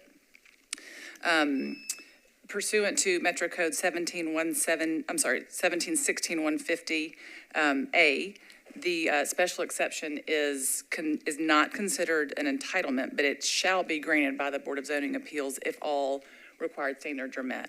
I believe we're going to be able to show you that we meet all of the conditions, and so respectfully, I think upon a finding that we meet those conditions, the shall is not discretionary in the law. And so I would like to, again, we're here to talk about a recreation center. The determination about whether or not that's the correct classification has been made. This board just upheld that classification, so now we're here to look at the conditions for a recreation center. There are general standards and specific standards in the zoning code with respect to special exceptions, all of which are addressed in my brief that I filed before the board. I do see one typo. It should say subsection I, not subsection H. I apologize for that. But as I outline in my brief, I believe we meet all the general and specific standards. Going over the general ones briefly to watch the time. Section B talks about compliance with all applicable regulations. As our site plan shows, we meet all bulk regs and other requirements of the zoning code. Section C of 1716-150 talks about the maintenance of the integrity for the adjacent areas. The key language requires the protection of the health, safety, and welfare of the surrounding areas. This project, there's nothing about this project that is adversely impacts the health, safety, and welfare of the surrounding areas. Again, this doesn't mean it's just not something that people don't like. It means that it adversely impacts the health and safety of the area. Additionally, it talks about that the property must be supported by adequate public facilities and be designed so as not to create an adverse effect on the long-term use of the nearby properties. The standard here is not, does the new use not impact the long-term use at all? It doesn't have anything to do with property value. It doesn't say no impact, it says adverse effect. So again, nothing about our project impairs the use of the surrounding properties. Section D talks about the design, architecture, and compatibility with the area. Again, it talks about, it specifically says factors for consideration include landscaping, drainage, access and circulation, building style, height, bulk, and it goes on with some others. They're all very technical requirements, and I think we will meet all of those. As our site plan shows, any bulk regulations, any landscape requirements, we meet those. So our design and architecture is covered by the zoning code, and we meet all the requirements. This is not in a design overlay. There is not a design overlay element or review that we have to review. It's strictly the black letter of the zoning code. Section E talks about, relates to the natural features of the property and requires compliance with the non-residential tree protection regulations and preservation of other natural site features. Again, we meet those. We meet all landscaping and parking contemplated by the Metro Code, and we minimally impact the natural features on the site. Natural features does not mean wildlife. Natural features means site features, and we are minimally impacting that with our proposal. For that matter, a single-family home could be built, and that would impact the wildlife. So again, you're looking at the natural features of the site. Section G talks about that the proposed use of the property not have an adverse impact on the safety of pedestrian and vehicular circulation. Again, note that the requirement here is not that the traffic remain altogether unimpacted. It is not that there cannot be any impact on the traffic. If that were the case, again, no development would be approved. A single-family home, a two-family home, a mobile home, which is permitted, a mobile home site, which is permitted in AR2A, those are all going to have an impact, and they're permitted by right. Rather, the requirement is that the property meet the legal guidelines associated with the vehicle and pedestrian convenience and safety. We will meet any required approvals of NDOT. We have not gotten that far yet, but we will meet all required approvals of NDOT and the planning department on anything that comes up there. There will be other departments that review this, and we will meet their regulations. This is not a large multifamily complex. This is not a grocery store. This is a batting facility, an indoor batting facility for training purposes, some recreational purposes with members of the public. Our max capacity is 25 to 30, period, at one time. So at most, we will have 25 to 30 people, many of whom are going to be parents. So you're not going to have 30 cars. So again, minimal impact there. And then Section I talks about protecting from erosion, flooding, floodway, and other hazards. Again, we're not going to provide any hazards here or cause any hazards here to flooding or erosion. We're going to meet all stormwater regulations, all NDOT regulations. Any of those will be met. I'm sorry, I'm talking really fast. My father used to get mad at me for that. I'm trying to get through everything before the time runs out. So those are all the general standards. The specific standards, it talks about, as Mr. Hargis said, minimum setback of 100 feet, landscape buffer yard of standard A, and driveway access from a collector street. All of those are met. So as I said, I don't think that the board, respectfully, I don't think the board has the discretion to deny that if you deny our use, if you determine that we meet the regulations. I passed around some pictures that show you within a mile or two a variety of other uses that are not residential. I think we're going to fit in great. I think we're going to improve the area, quite frankly. And so I think that respectfully ask that you approve this, and we will reserve the last 4 minutes and 20 seconds for rebuttal unless you give us more time. I have a question. You've seen NDOT's exception that they request the applicant shall submit a stamped speed study to analyze existing speeds that vehicles are traveling on Highway 70 to determine if the available site distance is appropriate. I have not seen that. Okay, Do y'all that's have in a our copy of that? packet. Okay, I didn't get a copy of that, so I haven't seen it. But whatever, what does it say again? It's a lot to read. Basically they want a speed study to analyze existing speeds on Highway 70 to determine if the available site distance is appropriate. Sure. So I will say that if you look at the curve that was referenced earlier, there's a stop sign for the neighborhood behind us that is closer to that curve than we are.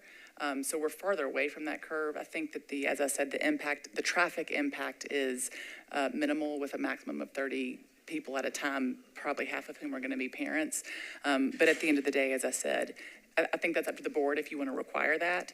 We're going to meet whatever conditions you or Metro places on us for this use.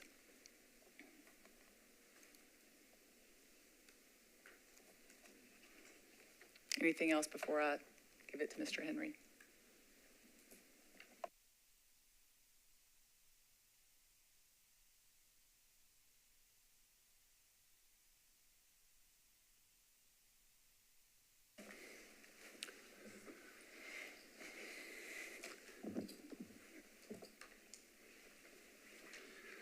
Madam Vice Chair, I'm going to try to be quick here. You've heard enough for me on this matter today.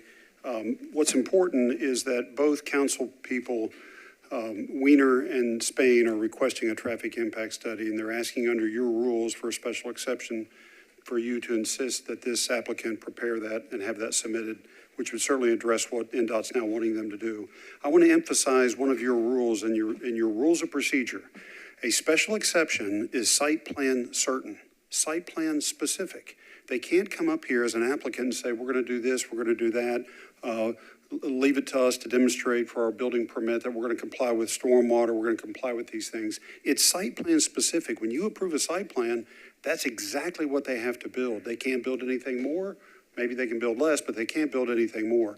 And so what we found, and you're going to hear some testimony now, is that there's certainly certain inconsistencies with what they have filed with the department.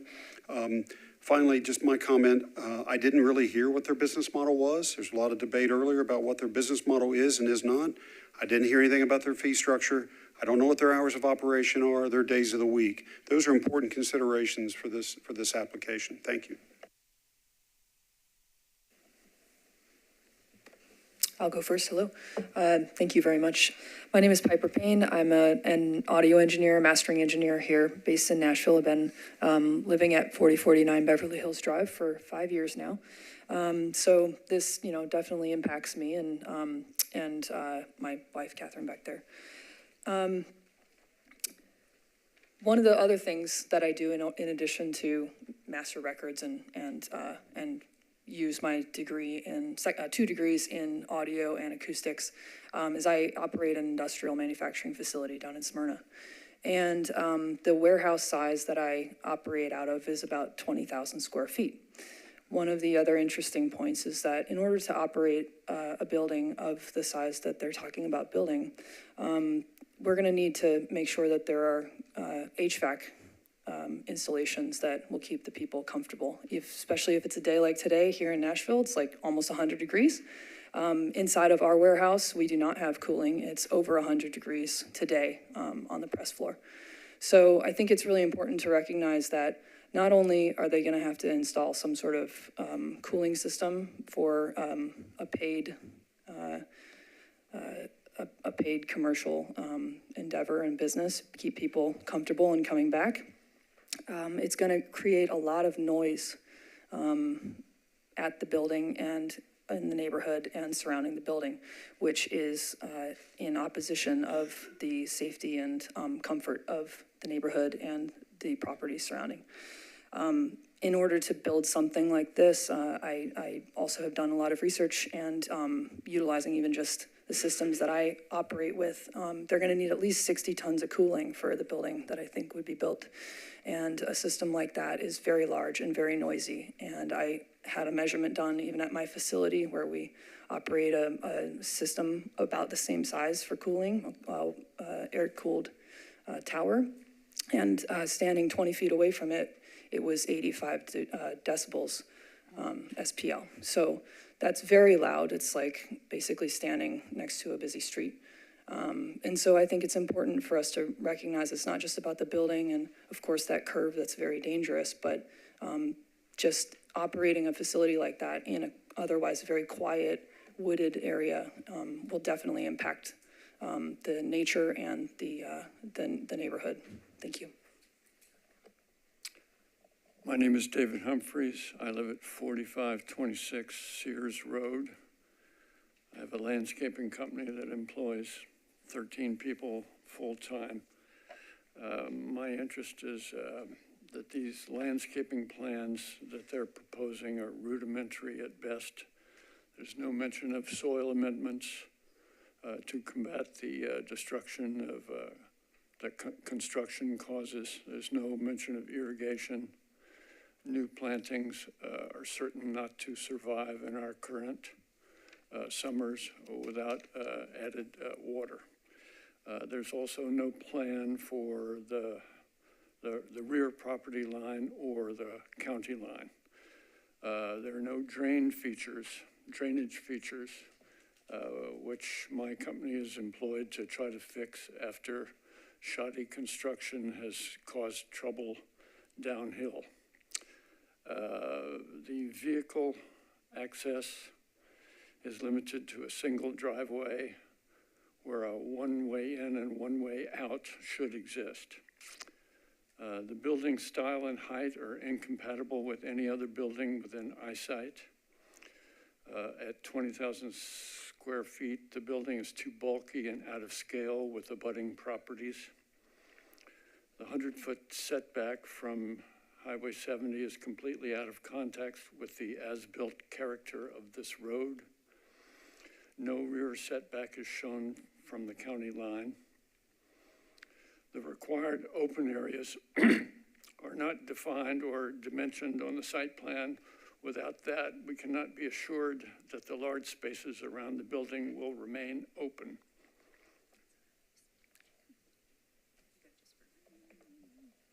Okay, just let me end with the amount of light and noise pollution that this will create is significant.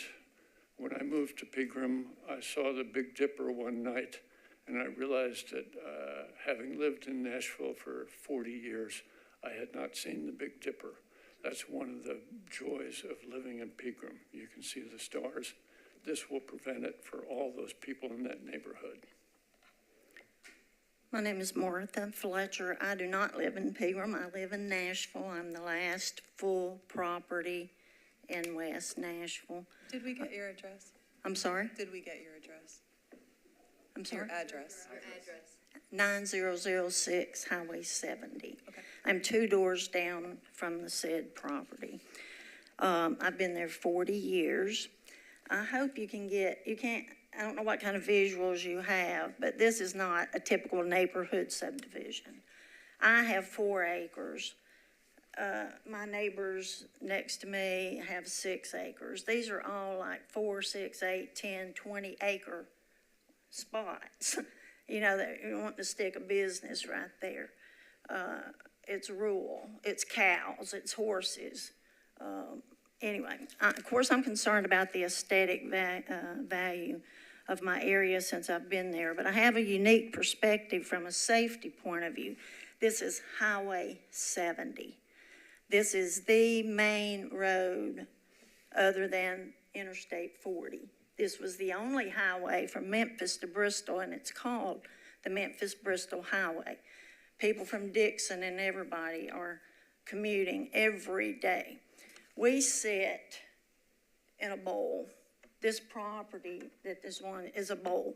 There's this hill coming there, this hill coming here with this terrible curve. I did see the curve on the picture. You need to get a real perspective of where this is going to sit. I have seen numerous accidents right there in my yard, in my neighbor's yard, taking out our fences. We have seen people decapitated, dead. This is a dangerous curve. And to get into this business, people are having to stop right there. Transfer trucks are coming down that hill. There are skid marks there now. There are people running into the grass. My nephew was rear-ended coming into my driveway, and he was flipped over. I have replaced umpteen mailboxes and fences to where I took my fence down. But it is dangerous. I've lived it for 40 years. I know what that area is. I'm thankful that my children have not been rammed in the back. I turn my blinker on a half mile if I'm coming from Pegram or if I'm coming from Nashville. I turn my blinker on a half mile before my driveway.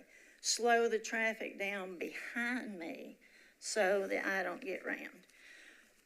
So I ask that my county, Davidson County, not approve this zone change. Please help keep it residential and as safe as possible. We can't move those hills and those curves, but we can save lives from a business coming there.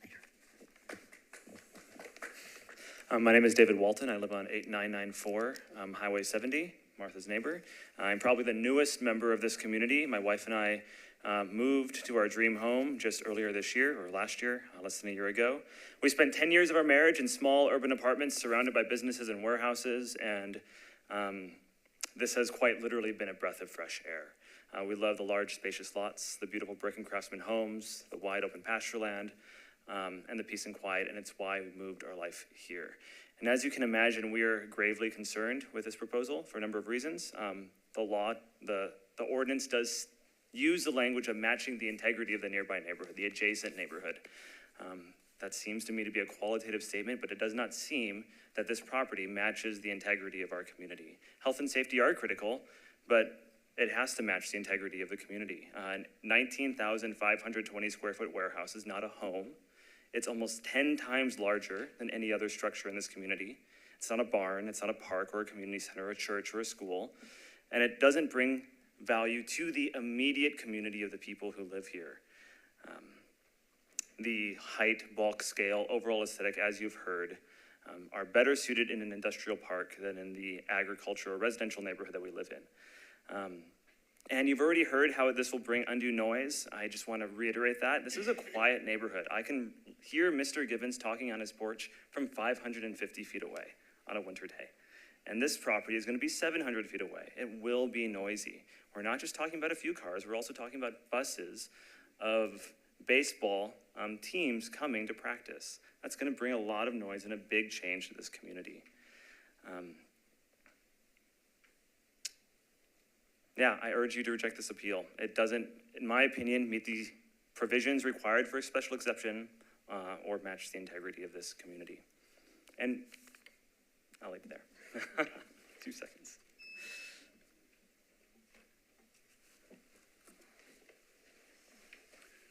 Madam Chair, we've got other people a few more people that want to speak. Could we be given five more minutes? I'll confer with the rest of the board. What do you all think? 5 minutes both sides? It'd have to be. Okay. Any objections? Okay, we'll do 5 minutes. Thank you. Both sides.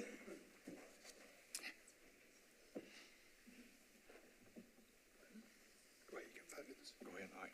2 minutes. I appreciate y'all hearing us out, and Name and address.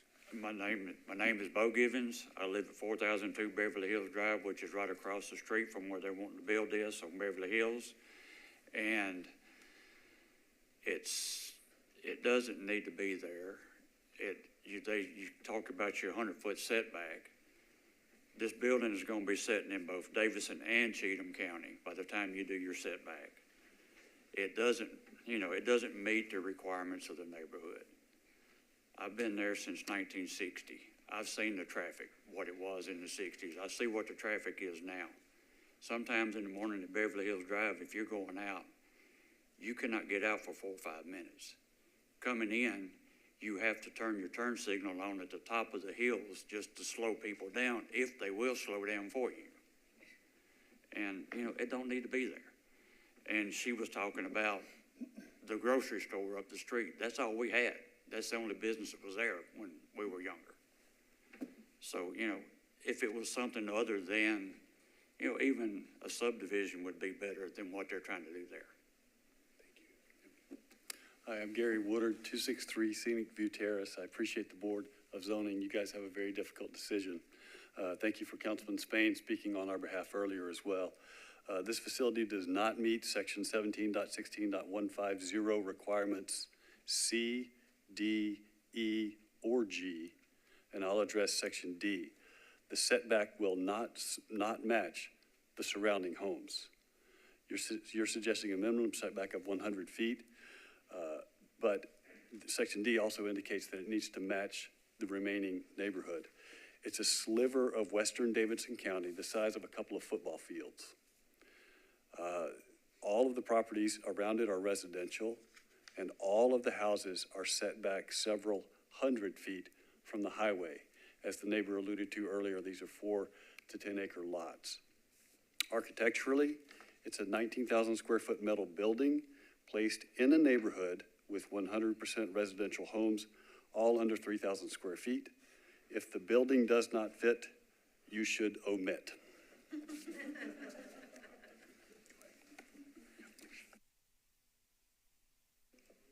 Is that working? All right. My name's Nathan Dose. I'm the president of the Pegram Preservation Association. I live at 4164 Scenic View Drive.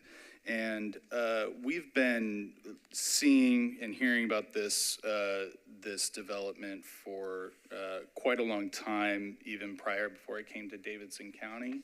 And we've seen multiple plans that have had extreme inconsistencies. I think even the plans that you've received have inconsistencies, and a few of those have been provided to you. One of the things that I want to point out in regards to setbacks is that there is no setback from the county line. The first time that we heard about this project was to go on the project inside of Cheatham County, and then it was moved to Davidson County. And in the previous case, it was said that the opposition is from Cheatham County, and that is very true. One of the biggest concerns that has come up for many of the people in Pegram is that this is an alderman of Pegram who is putting in this proposition, and that raised a lot of concerns for a lot of us that voices are not being heard in the neighborhood by it being moved here. And so there's concerns that that this project will eventually come into Cheatham County, given that it's right up to the line in this construction, and that these inconsistencies are going to heavily impact everyone in the area. including all the residents of Pegram who live in the neighborhood. Sean Henry again. I just want to make some closing remarks. First, I think you've heard enough here from the testimony of people who live around this property that would justify this board requesting and requiring this applicant to submit a traffic impact study for NDOT review. Secondly, regarding some of the plans that we've looked at, there's significant inconsistencies in the drawings that have been submitted to you. The application for you today is on parcel 96 only. Okay, that's the way this was publicly announced, publicly noticed, parcel 96 inside Davidson County. However, they've got plans that show parcels 89 and 90 on the KETA designs from April 22, that landscape plan. They show parcels 88, 89, and 90, in addition to 96 on a survey exhibit from Excel Land Company dated April 30. They've got another landscape plan dated May 1st that excludes parcel 96 entirely, or at least the greater portions of it. So there's a lot of sort of bait and switching going on with the drawings themselves. One landscape plan shows a buffer yard on both sides of the property, and then another one eliminates the one on the eastern side and keeps only the one on the western side. Meanwhile, the same property owner owns both the properties. Will he really build those landscaping buffer yards to buffer himself from this proposed facility? A lot of inconsistencies. We ask that this be disapproved. If not disapproved, we ask for you to defer it until there's a traffic impact study that you can review. Thank you.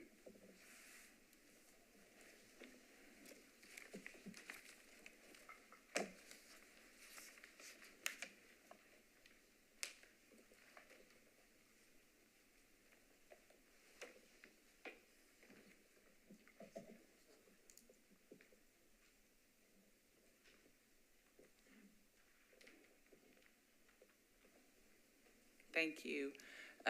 So several points to address and rebuttal. I think one person who spoke today outside, besides Mr. Henry, was from Davidson County. I'm not sure they have the legal standing to object to this. The proposal is entirely on the Davidson County property line. But nonetheless, this is a Davidson County, and you've got everybody here who spoke except one is a Cheatham County resident. If this bleeds into Cheatham County, that's going to be up to Cheatham County to approve or disapprove. So all we're asking for is approval of the special exception on the Davidson County line. One of the applicants said that a subdivision would be better than what we're proposing in terms of traffic or whatever the impacts are. A subdivision is going to have many homes, all of which are going to have at least one car. Probably the size of homes that are going to be out there is going to be more like 2 or 3 cars. So I would contend that with our 25 to 30 max capacity, half of whom are going to be kids who can't drive. And again, and there's no guarantee, but it's a batting facility for kids who are learning how to play and are trained with our staff. That's not going to be necessarily 30 vehicles at a time. So I think that arguably a subdivision is going to have more impact, and yet they're saying that would be better. AR2A does not prohibit all development. They were talking about, the rural area out there. AR2A, the land use table contemplates development in AR2A zoning. We are proposing to do a development. This is a 26-acre site. Our max capacity is 25 to 30 people, so that's approximately 1 person per acre. That's what our impact is going to be on this property. Again, AR2A is not intended never to be developed and never to have changes to the uses or to the area. And we're just proposing a special exception use that is contemplated under the zoning code. The fee structure, that's irrelevant, quite frankly. The hours of operation, we're agreeable to whatever conditions the Board of Zoning Appeals would place on us, but the conditions for you the legal requirements for you to consider today are the general ones and the specific ones that we outlined. The site plan that we submitted with our application is specific to the use and the bulk regulations, the criteria under the special exception use. So all of the other departments, before any kind of building permit is going to be issued, all of the other departments are going to review the project, review the site plan and make sure we comply with their regulations, which are not under this board's jurisdiction. We're going to comply with all requirements, stormwater, NDOT. Again, the site plan that's presented to you today is for the purposes of the use and the special exception requirements. Well, what are the hours of operation? Right now, our proposed hours of operation are 9 a.m. to 8 p.m. So we will open and close outside of rush hour. When people are coming from other areas down Highway 70 to get to Nashville, 9 a.m., I think they're going to be pretty well out of the area. So 9 a.m. to 8 p.m. is our proposed hours of operation. And again, 8 p.m. is, and also we're not expecting to have 30 cars at once pulling in at 9 a.m. or 30 cars at once pulling out at 8 p.m. 30 is our max capacity for people based on their schedules, based on our trainers' schedules. It could be a birthday party. But those are our proposed hours of operation. And it's saying that it's incomparable or incompatible to the surrounding areas. If you look at the photos that I submitted to you, that is just a couple miles away. There are some homes in between our house and those, but we are on a highway that has many commercial uses. This is a 26-acre lot. We're proposing to put one building. We could put a massive single-family home there. The footprint would be the same. So again, and the setback is not from the property line. The setback requirement's not from the county line. The setback requirement's from the property line.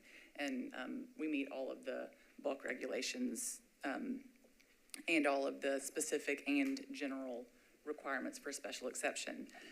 As I said, the issue here is not, with respect to the noise and light pollution, our mechanical engineer, whose wife is an audiologist, and he is an expert in mechanical engineering, not sound engineering, but mechanical engineering, which is what an HVAC is. He has told us that we're going to have a 37 half-ton unit, which is a little more than half of the 60 half-ton that the sound engineer said it would be. Again, noise, light pollution, any development out here is going to have some impact. The standard is not, you can't have any impact. I think we're having a minimal, given that this is a 26-acre lot that could have mobile homes, or a single family or two family, could potentially be subdivided. I think we're having a pretty minimal impact. And I don't think that there has been sufficient evidence in the record to show that there's going to be an adverse impact to the public safety, the health, and the welfare of the surrounding area. So with that, do you have anything to add? If you have any questions, I'm happy to answer them. I do have one question. So 26 acres, so it's combined of two property, correct? One you are proposing to put the budding facility is 10 acre, and then another one is 15 acre. So that's what you mean, combined total of 26 acres? That's right. Okay, so that include Cheatham-Side County property as well? Yes, but our building is, our proposal is on the Davidson County. Oh, correct. All within Davidson County. But confined in the Davidson County. Correct. So smaller portion of 26 acres. Is where our building is going to go, yes. Yeah, just wanted to clarify. And one more, if I could say one more thing, with respect to the various site plans, after we had a meeting with the zoning administrator, and honestly after our community meeting that we had, we resubmitted the site plan based on confusion, based on questions. So the multiple site plans, it was a complicated process to get here, but there's the one site plan that we submitted with the, amended site plan that we submitted to Mr. Hargis and to Ms. Patrick's predecessor for this application. The general provision 17.16.150, design and architectural compatibility, does mention scale and setbacks, and this is not, from what I can see in the site plan, is not, the setback is much more closer to the road than other properties around. So it's... Well, compatibility I don't think means the same. It doesn't, if this were, I think if it was intended to be the same, it would have said the setback has to match the surrounding areas. Or if you look at the bulk regulations chart, it says side setback in this zoning is 20 feet, or rear setback is whatever. So I don't think it has to be the same. I think it needs to be generally compatible. And I think that we are generally compatible with the surrounding area.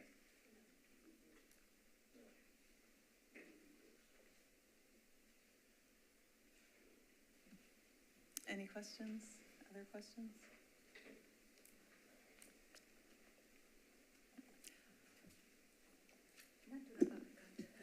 Well, Okay. if you could help, walk me through which site plan was the correct one, Joey, do you have the most recent that I submitted? and while he's looking that up, was that sent in enough time? Has that been communicated to the associated neighbors? It was sent in within a week after the site plan, after the community meeting, so it's been on, it's part of the board's packet. I believe I sent it to I think I sent it to Councilmember Spain. I can't say that with certainty, so, but I think that I sent it to him. But regardless, it was submitted. I mean, this case was deferred when they filed the item A appeal a week before our hearing, so and we filed it weeks before our first hearing, which was a month ago, so, I mean, we filed it at least 2 months ago. Thanks.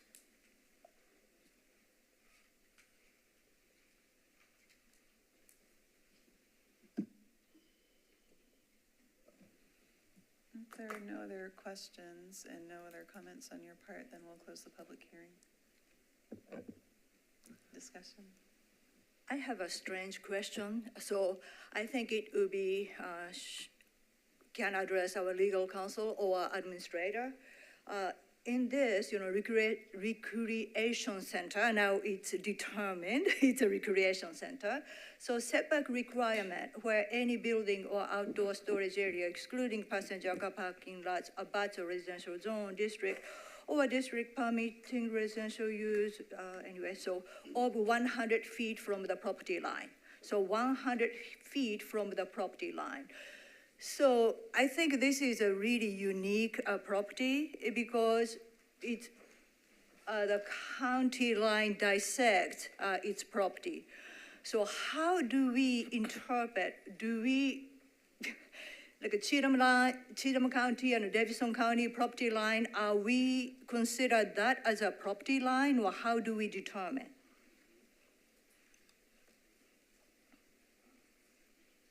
And I'd go first if you wanted to.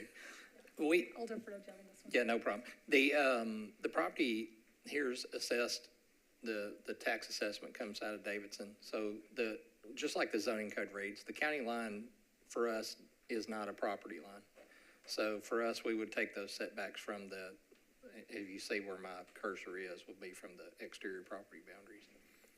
I believe their request was to combine those parcels there. So the setbacks will be from, if you can see where I'm tracing, not from the yellow dashed line, which is the county line between Cheatham to the north and Davidson to the south. We treat it on the entire tax parcel.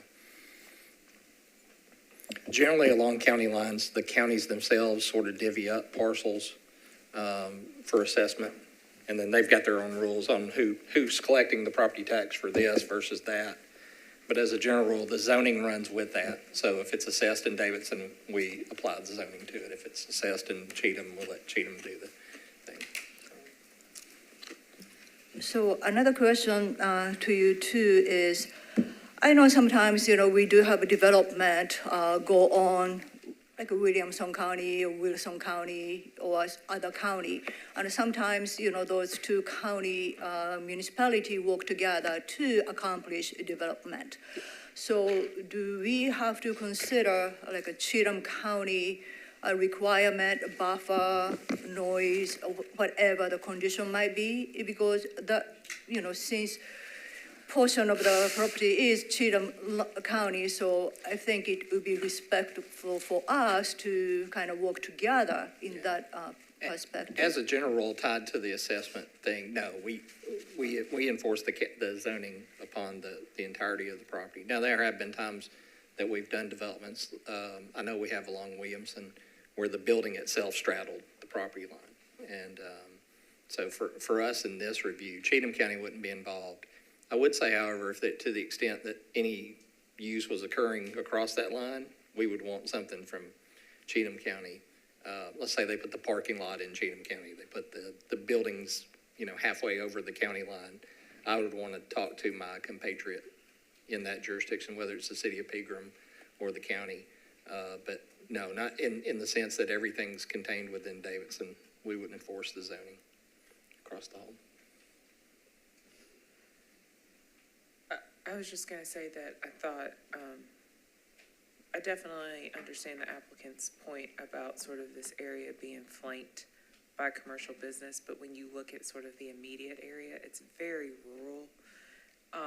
And because of that, and that doesn't mean that it doesn't meet the special exception, but normally when you have, I don't know where everybody was from, but I do know the neighbor who said she lived on Highway 70. She was in Davidson County, and because she is such a close neighbor, and she gave testimony about the traffic and, you know, even her own difficulty getting into her driveway, I do think Mr. Henry's ask of a traffic study was reasonable.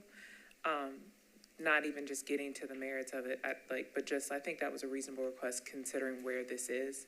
And so I would be supportive of that.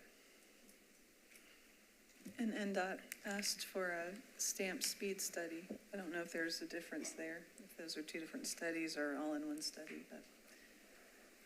It also sounds, according to some of the testimony, it sounds like it's a fairly bad curve. So to what, you know, whether it's additional warning signs or anything else that might be able to potentially amend and make this curve better than what it is post-construction, if that's the way it goes too. You know, not to interrupt, but I mean, there's quite a bit of information to me, in my opinion, for a special exception that's lacking. The one that Joey had up earlier, I guess, was the one that had some amended property lines. The parking lot is, to me, from what I can tell, is almost on the road. It's very different than the other page. There's inconsistencies. I can't, you know, I don't understand what the landscape buffer is going to be. There's not a traffic study. I think that's one of the things that, you know, special exception talks about is the traffic impact. And this is beyond just like typical traffic impact. Seems like it's safety as well. And then, you know, the other considerations, it is very rural. I agree, and that things are spaced out, but also noise and light, how that's going to be impacted. I know we've looked at that on a few other items, and we've had some additional information. So, I mean, you can't really even, in this particular one, if this is the correct one, you can barely see where the parking lot's going to be. And it says actually 99 feet, not 100. And if you go to some of the other plans, it actually shows that the parking lot's further set back, so you can have a landscape buffer to some degree between the highway and the... Excuse me, this is a survey map from December, and it has changed quite a bit since then. This is the only topographic map that I've seen.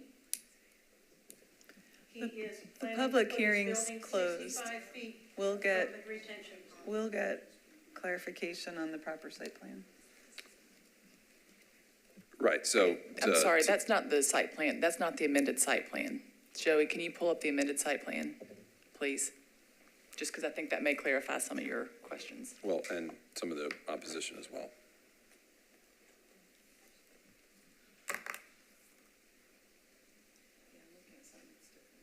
Yeah, I just don't know which one. It's hard for me to vote if I don't have info, right? So while our administrator is pulling up the correct site plan, I think even though he was able to pull out the correct site plan, what missing is dimension of the building. We do see 3D mock-up of the building, but I cannot make up exactly where and how tall and how, dimension as well. Not mentioning, the dangerous curb, so definitely site study is needed.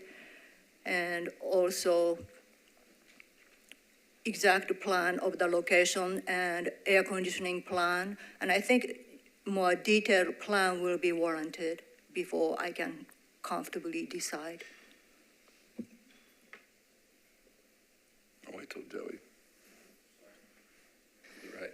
This computer thinks I have two screens, and the second one is the giant one on the wall, so I'm losing my cursor here. So let's see if we can get you.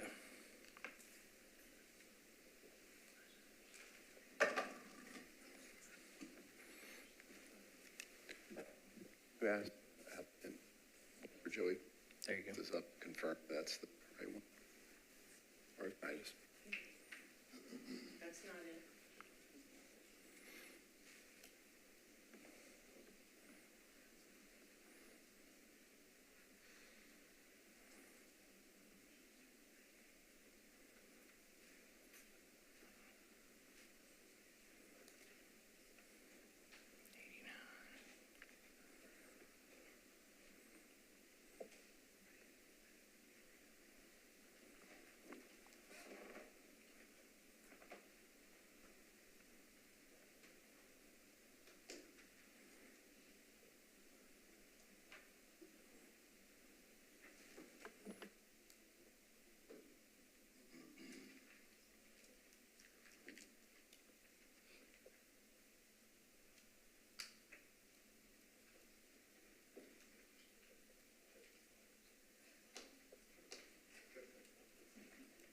Madam Chair, would that be appropriate since we seem not have detailed site plan? And it seems like we would, at minimum, would like to have a traffic study, especially a safe sightseeing study, and which is lacking. So would that be appropriate to ask one meeting deferral? Or, however, the meeting would be needed to collect data for especially sightseeing, sight distance, working with the NDOT. Madam Chairman, this is the last site plan I've got dated May 1st.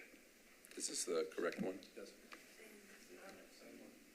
No, that is actually, but if you can zoom in. Yeah, maybe.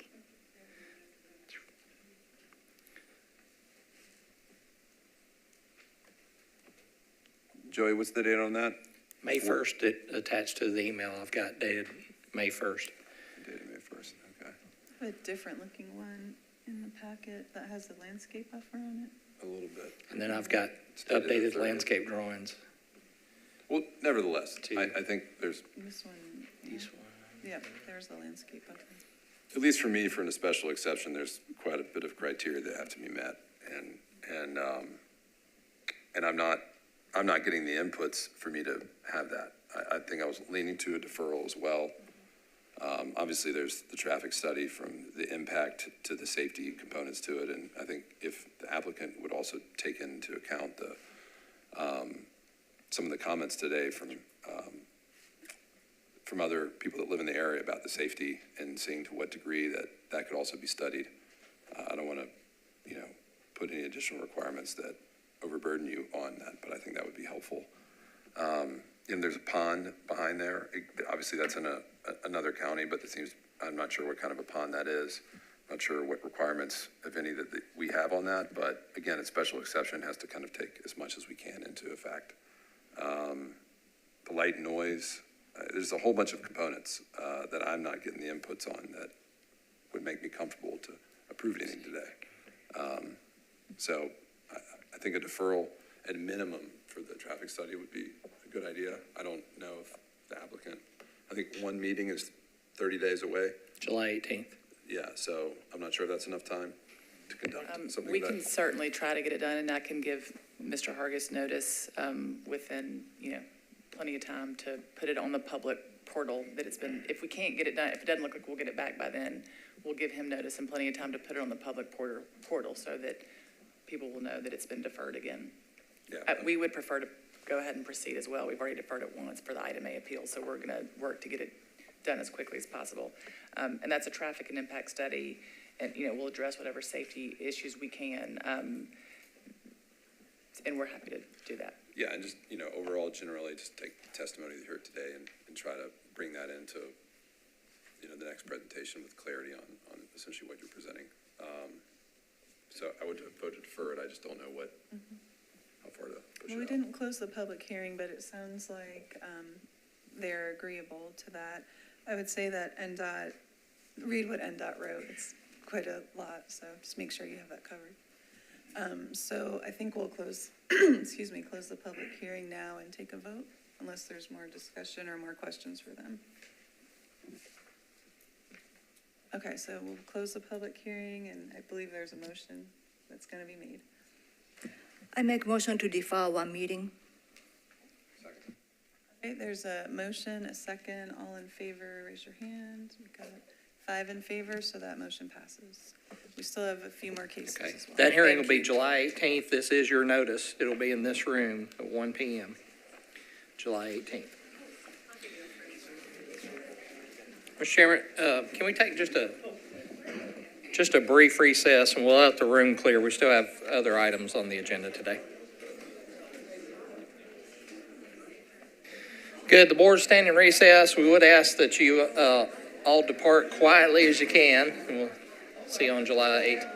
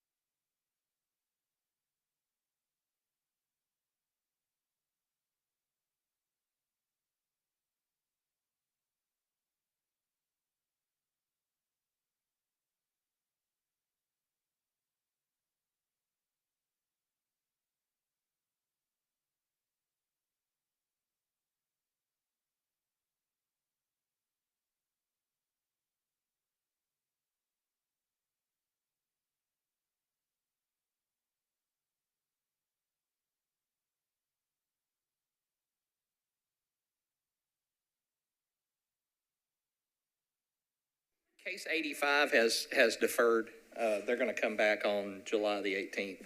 They didn't have opposition. That was the case with the fence, and the Councilmember Ewing supported. They're going to come back July 18th. And then, so finally, that will leave our final case, case 2024-86. Kelly Siokla? I don't know. Hey, look at me. Owner of the property at 2404 Maple Crest Drive. She is seeking a variance in the size requirements in RS10. The appellant seeking a permit for an already constructed detached structure. I'll go through the cases. There's no one here in opposition, or is there? Oh, there is someone. Okay, good. I'm glad I leaned forward, sir. We'll have 10 minutes. You guys have seen how that happens. The subject property is located on the north margin of Maple Crest Drive over in Donaldson. This is a site plan submitted by the applicant. Based upon the footprint of her residence, all residences in Davidson County are permitted at least 700 square foot building. Based upon the square footage of her residence footprint, she's allowed 750 square feet in outbuildings. This building was built without a permit at 840 square feet, so she's seeking a variance of 90 square feet. This is looking at the subject property, and photograph submitted by the appellant on the bottom right, and then my view, next photograph from the street, the adjoining property. Again, there is opposition present. Each side will have 10 minutes to present their case to the board. Miss, if y'all come forward and state your name and provide your request to the board. Hi, I'm Kelly Siociola. I live at 2404 Maple Crest Drive. I just want to start by saying how I ended up in this situation. So I had a contractor come out and he looked at the property, and he had told me that I was only going to need a permit if I did a DADU, a detached dwelling unit, and that's not what I was doing. So I didn't end up going with him because the quote was too high, but that's where I started from. And then I looked erroneously on the Tennessee.gov website, and it said that I didn't need a permit for a detached structure, so that's what I was operating under. I found a company out of Pennsylvania to come and do the garage for me, and they also said that they didn't think I needed a permit, so I found out after the structure was built that I did. So I'm sorry, I'm really nervous. So they came out, company called Sheds Unlimited, they put the garage up in a day. I planned the garage not knowing that there were restrictions on the property. I have a big backyard, and so my thought was to build what I wanted. And so I am an art conservator by profession and an artist by hobby, and I wanted space. I have lived in apartments my whole life. This is my first house, so I wanted to have some space that I could work on bigger things and make things and sort of spread out, things like mosaics that take up a lot of space. And so I built a building that fit those needs. I wanted to have something long and skinny so that I could still have a lot of my yard. As you can see, my dog is in the photo, and wanted to be able to have lots of space to run around. I don't, that's pretty much it. Any questions? I have one quick question for you. The company said Sheds Unlimited. Yeah. Do they have stock sizes, or was this, they're all custom? They are custom within like a couple feet. So okay. That's one of the reasons I went with them. I didn't want like a stock, metal building out there. I wanted something that I could, customize to my yard.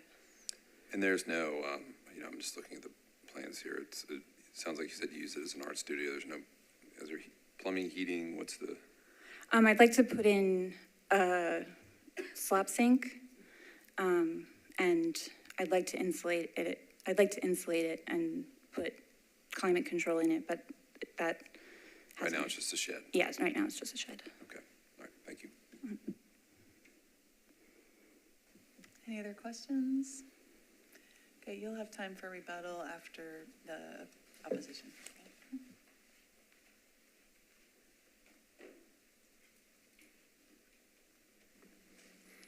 All right, the board now hear from those parties opposed to the case. Again, you'll have 10 minutes to present testimony to the board.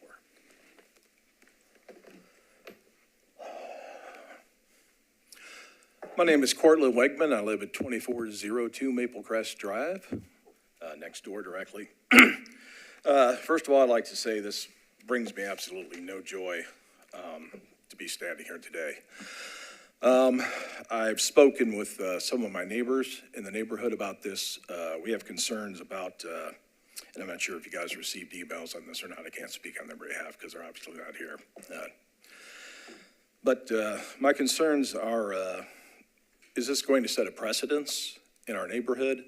I have just over a little bit of a half-acre lot. Her is a third of an acre, more or less. I moved in October of 2001, so I've been in the neighborhood for quite a while. She's the fifth owner since I've owned my property. So I know everybody's wanted to put a garage back there, but the problem is that there's a very small, if you get a Google Earth shot of it, there's a very narrow area. Yeah, you can see it there on the left. Very narrow area there where you can drive a car. You could probably get a Mini Cooper through there, but nothing else. So that's why nobody has built there in the past. After I saw this constructed, they started about 6 o'clock in the morning, and then, they did a bang-up job. Great company, I'd hire them, because they had that thing knocked out, lickety-split. Once I looked at the size, I went, wow, that thing's big. It's about the size of the house, almost.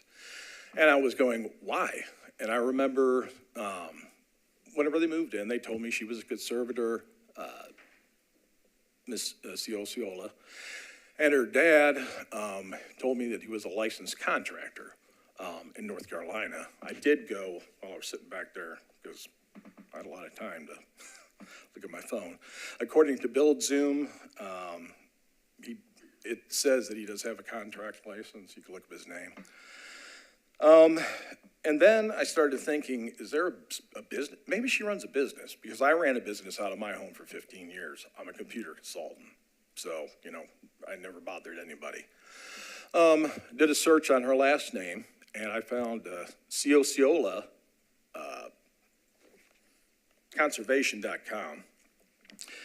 And I don't know if you guys have internet access or not, but I went ahead and printed it off. This explains her whole business, what she does. She's been doing it for 13 years. It has her resume on here. And one of the things she does is mosaics. And I know they've been cutting a lot of tile over there because there's a little crack in the fence, and I've seen her dad. And it's like, okay, whatever. They told me they were working on the house. And I know that house needed some care. But I'm concerned that this is going to turn into a fabrication shop, because that's a skewed picture there, because it's smushed down, kind of, because that's a 10-foot tall, it may not be skewed, but it's just the angle. That's a 10-foot tall garage door on there. I know she says on her website that she takes care of sculptures, fountains, she restores them, done things like that. So my question is, okay, are we allowing that? I know that before COVID, you couldn't even put a home studio in because, things were much tighter. But are we allowing this kind of a artistic endeavor? Now, if she's just in there painting, or doing things along those lines, I don't see it being a huge issue, other than it's bigger than what it should be, and are we gonna have everybody else doing this in the neighborhood? And if she is running her business out of there, there's a lot of considerations. Right across the street is Stanford Elementary School. Everybody lines up there in the morning to drop the kids off. We live across the street from a soccer field. 2 years ago, they started putting in leagues. So everybody parks illegally up and down there. Usually by the end of the year, it gets under control. So we got that. But I mean, you have all the things that go along with doing restoration. Is she using chemicals? Is she going to be cleaning any lead paint? And I may be way off base here, but I think it's, a general concern that my neighbors shared. Is there going to be noise? And I sent you guys this all on emails. So how are things going to be delivered? By semi-truck, is there going to be a forklift, a tow motor that delivers things to the back? I'm just blown away, by what this is. I mean, are there going to be employees working on site? I know they changed. I think you can have one now. But most businesses that do this that I found 2 in the area. It's a pretty rare skill. That's why people travel, it seems. The preservation station is on 8th Avenue South, and Doc's Architectural Salvage is out in Springfield. I think something like this would be better suited on Spence Lane or Davidson Street, perhaps, down there by the Titans Stadium. There's a lot of industrial down there in a commercial area. As I said, I just came because I had those concerns. So did the neighbors. We weren't sure what was happening. We just want to make sure. And it's a shame that with her construction background and her dad's construction background, they restored the Calhoun house in Calhoun. Excuse me, I'm getting cotton out there. Like I said, I'm not enjoying this. I found out they restored the Calhoun house. If you go to calhounhouse.com, you'll see that it says that Ed, Shirley, and their daughter Kelly gutted this place and have turned the new one in. So they got a lot of experience in this. And even on her resume, she says that she oversees general contractors and subcontractors. So I'm confused how this oversight happened. I'm like I said, I have a lot of confusion. I'll let you guys make your decisions. I'll be interested to find out. I know some of our neighbors would like to have shops too. We have on Selma a couple of guys who run construction. They would love to have big shops too, to be able to do things. Thank you. So your concern is that it might be a business? Yes, and what will it turn into later? I've heard that. How many times has that theme been repeated over and over and over again here? Because, and just like I did with my emails, that I had to send another one, on her website, she says that she has offices and studios in Nashville, Tennessee. All that's listed is a P.O. box.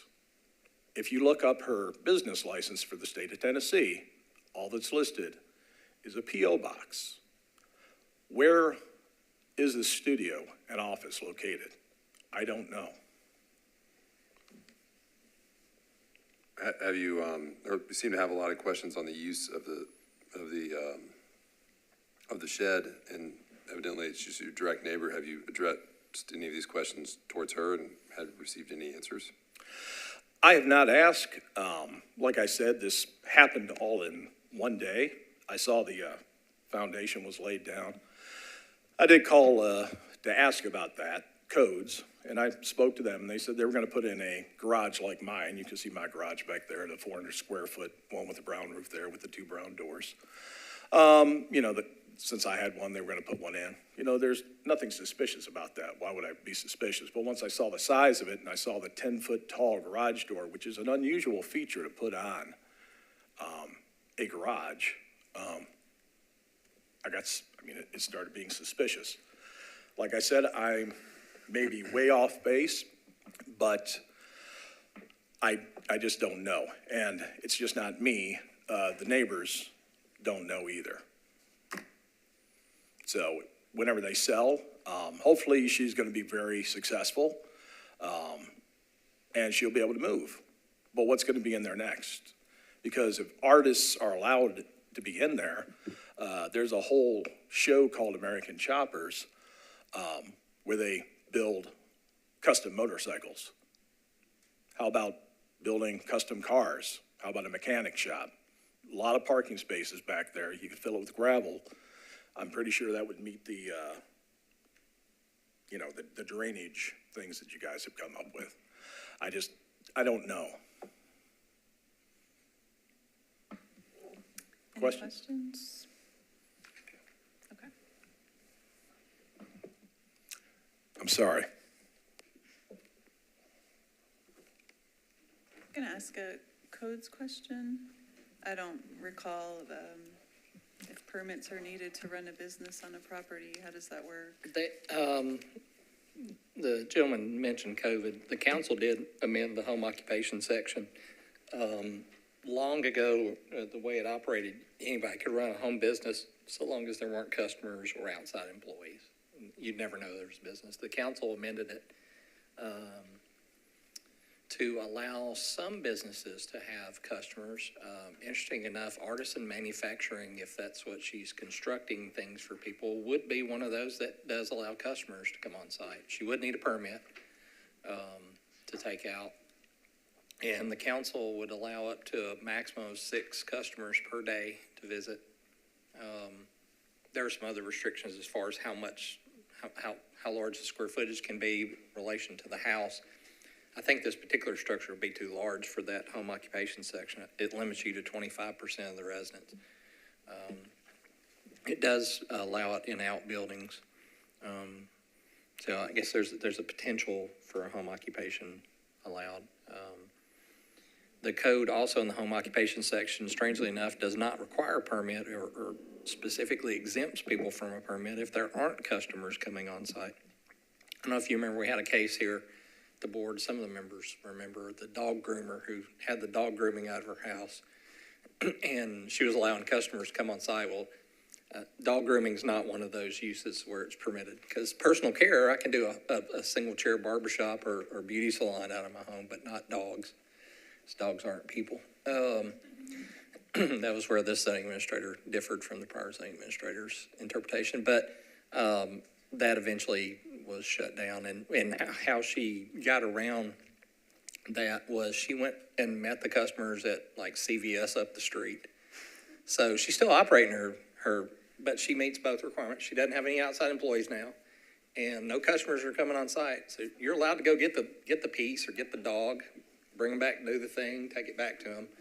That's still allowed under the home occupation section. So, Okay, would you like to provide any rebuttal? Sure. I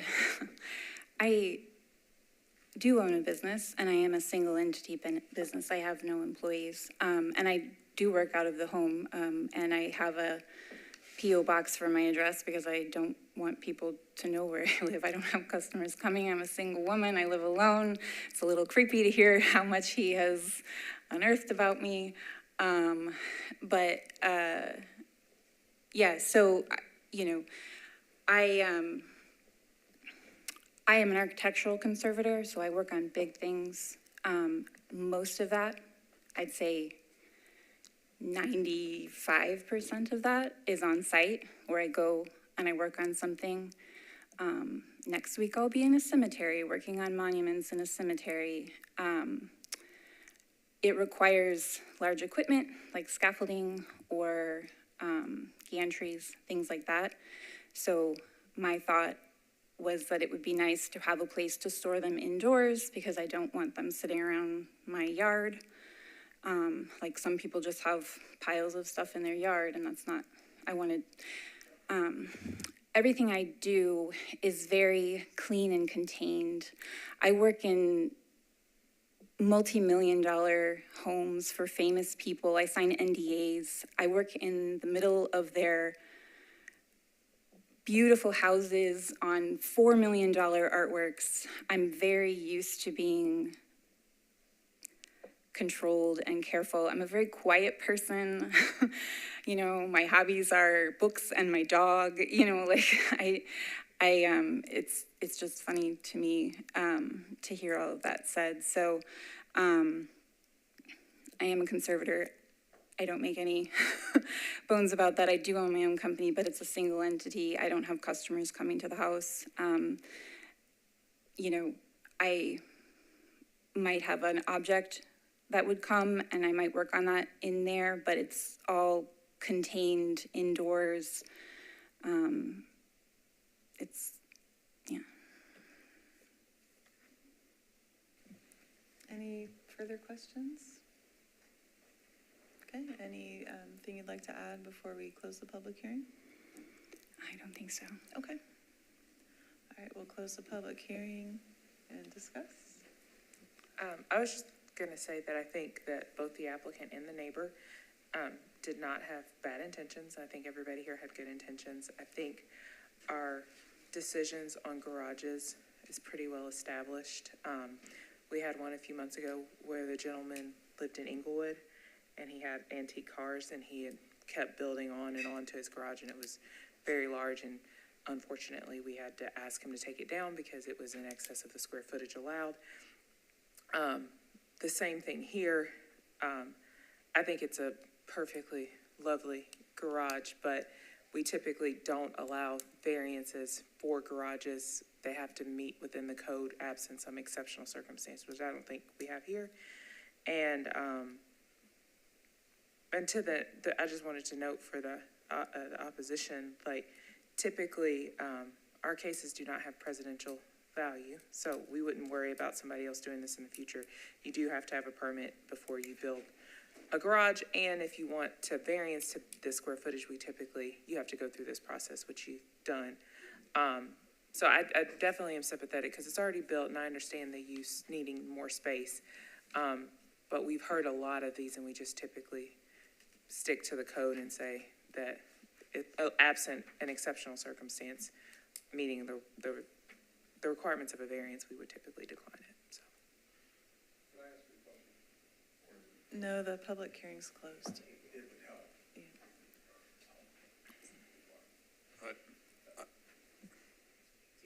Do you want to hear it? I had a question for Joey. Oh, okay. Sorry, Joey. I was going to answer Steven's question, but I'll answer yours. Two questions. Point of clarification. It's 750 square feet or 700 square feet. It says 750 in the application, it says 700, so. Yeah, the code allows 700 by right. I came up with 750. I did give permission, like counted the covered front porch. So you get half the footprint, whatever the first, floor. So 750 and the current garage. Here, I'll back up. Yeah, so 90 over. And then my second question, this is a building code question, so I probably should know it, but what's the requirement for a garage to be set back from a house? At least 3 feet. 3 feet? Yeah. No, I thought a garage needs to be set back like 25 feet from a house. I couldn't tell you. Yeah, I know. Yeah, not in my world. I apologize. Building, the IRC would govern this, but I don't know that separation requirement, yes. If it was attached to the house, then this would have. No problem. No problem. Or if the house had an addition, if she were to put an addition on the house and it's under roof and covered, and she exceeded, this building was, what I'm trying to say, double the footprint of the house equals this size building, then you're fine, other than getting a permit for the building, having it inspected and such. But it's not a floor area ratio. It's just a simple footprint determination. If it's not approved, you don't necessarily have to take it down, but you'd have to make it smaller by 90 square feet. Our alternatives would be shrink it, get a permit, reduce the size, 1, 2, put an addition on the house, enlarge the footprint of the main residence so that building complies. That's another alternative, covered deck or, something like that. Yeah. Like a breezeway? Yeah, as long as it's, it counts under, for the footprint ratio, we don't count it as attached for attached, detached garage purposes with an open breezeway, but it would count on this footprint ratio. How much square footage would I need to get? We can figure it out. Yeah. Not necessarily. Or create a covered space on the back of the house or side or.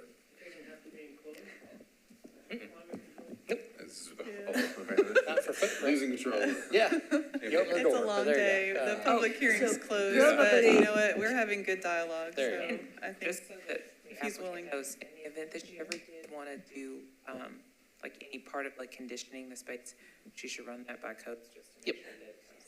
Yes, please come see us first. Yeah. Yeah. Well, the public hearing is still closed, but the zoning administrator offered you some information, so we let him do that, of course. But it is closed. So if you have any further questions after the hearing, you could speak to the codes department. That goes for both of you. So any, I think I messed the microphone again. Any other comments? Questions? I'm usually a stickler for things like this, especially being a builder. And, you know, I'm familiar with the case that Ashanti was referring to, and that had all types of issues. It was past property lines. I mean, I could cite off 10 more. We've been doing it for 5 years. I can tell you a bunch of them. It's not just that one. Yeah. Had somebody on Delmas who wanted a bigger garage than their house allowed. Like, this is a really established. Just a hard line. Yeah, it's a hard line. Yeah, I feel you. So what, I mean, And one at least foot will she's do- in the position where I've never heard before. All she has to do is add a covered porch and it'll bring in compliance.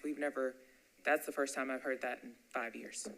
So at least she has a pathway to compliance where other people, they just had to tear down the garage. Right, you're right. I have a friend of mine that has that. He has a space in the back that he can't add on to, but if he attaches it to his house, he can do whatever he wants. And he's like, he's trying to figure out. Okay. So I think the lesson here is any applicant, before you build any detached or attached, should check with the codes and get, obtain proper permit. But as far as this applicant is concerned, it's pretty black and white. It's large, and based on that, property size, the garage currently as built is not allowed. So we can deny her appeal, but however, she will have some solution. She can work it out with administrator. But in event, I think the decision is deny the application. Okay, if that's a motion, is that a motion? Yes. I will move to deny the application. Okay, second? One second. Okay, we got a motion, a second. All in favor, raise your hand. 4, any opposed? Opposed, so that motion to, I've lost it, you know what happened. 4, yeah. 4 to 1 to deny. The what? Yes, meeting's adjourned.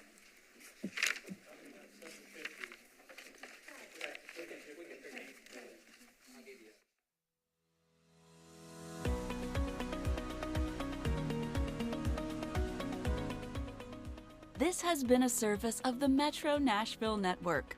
If you would like to see this presentation again, or for more information on this and other programs, visit nashville.gov.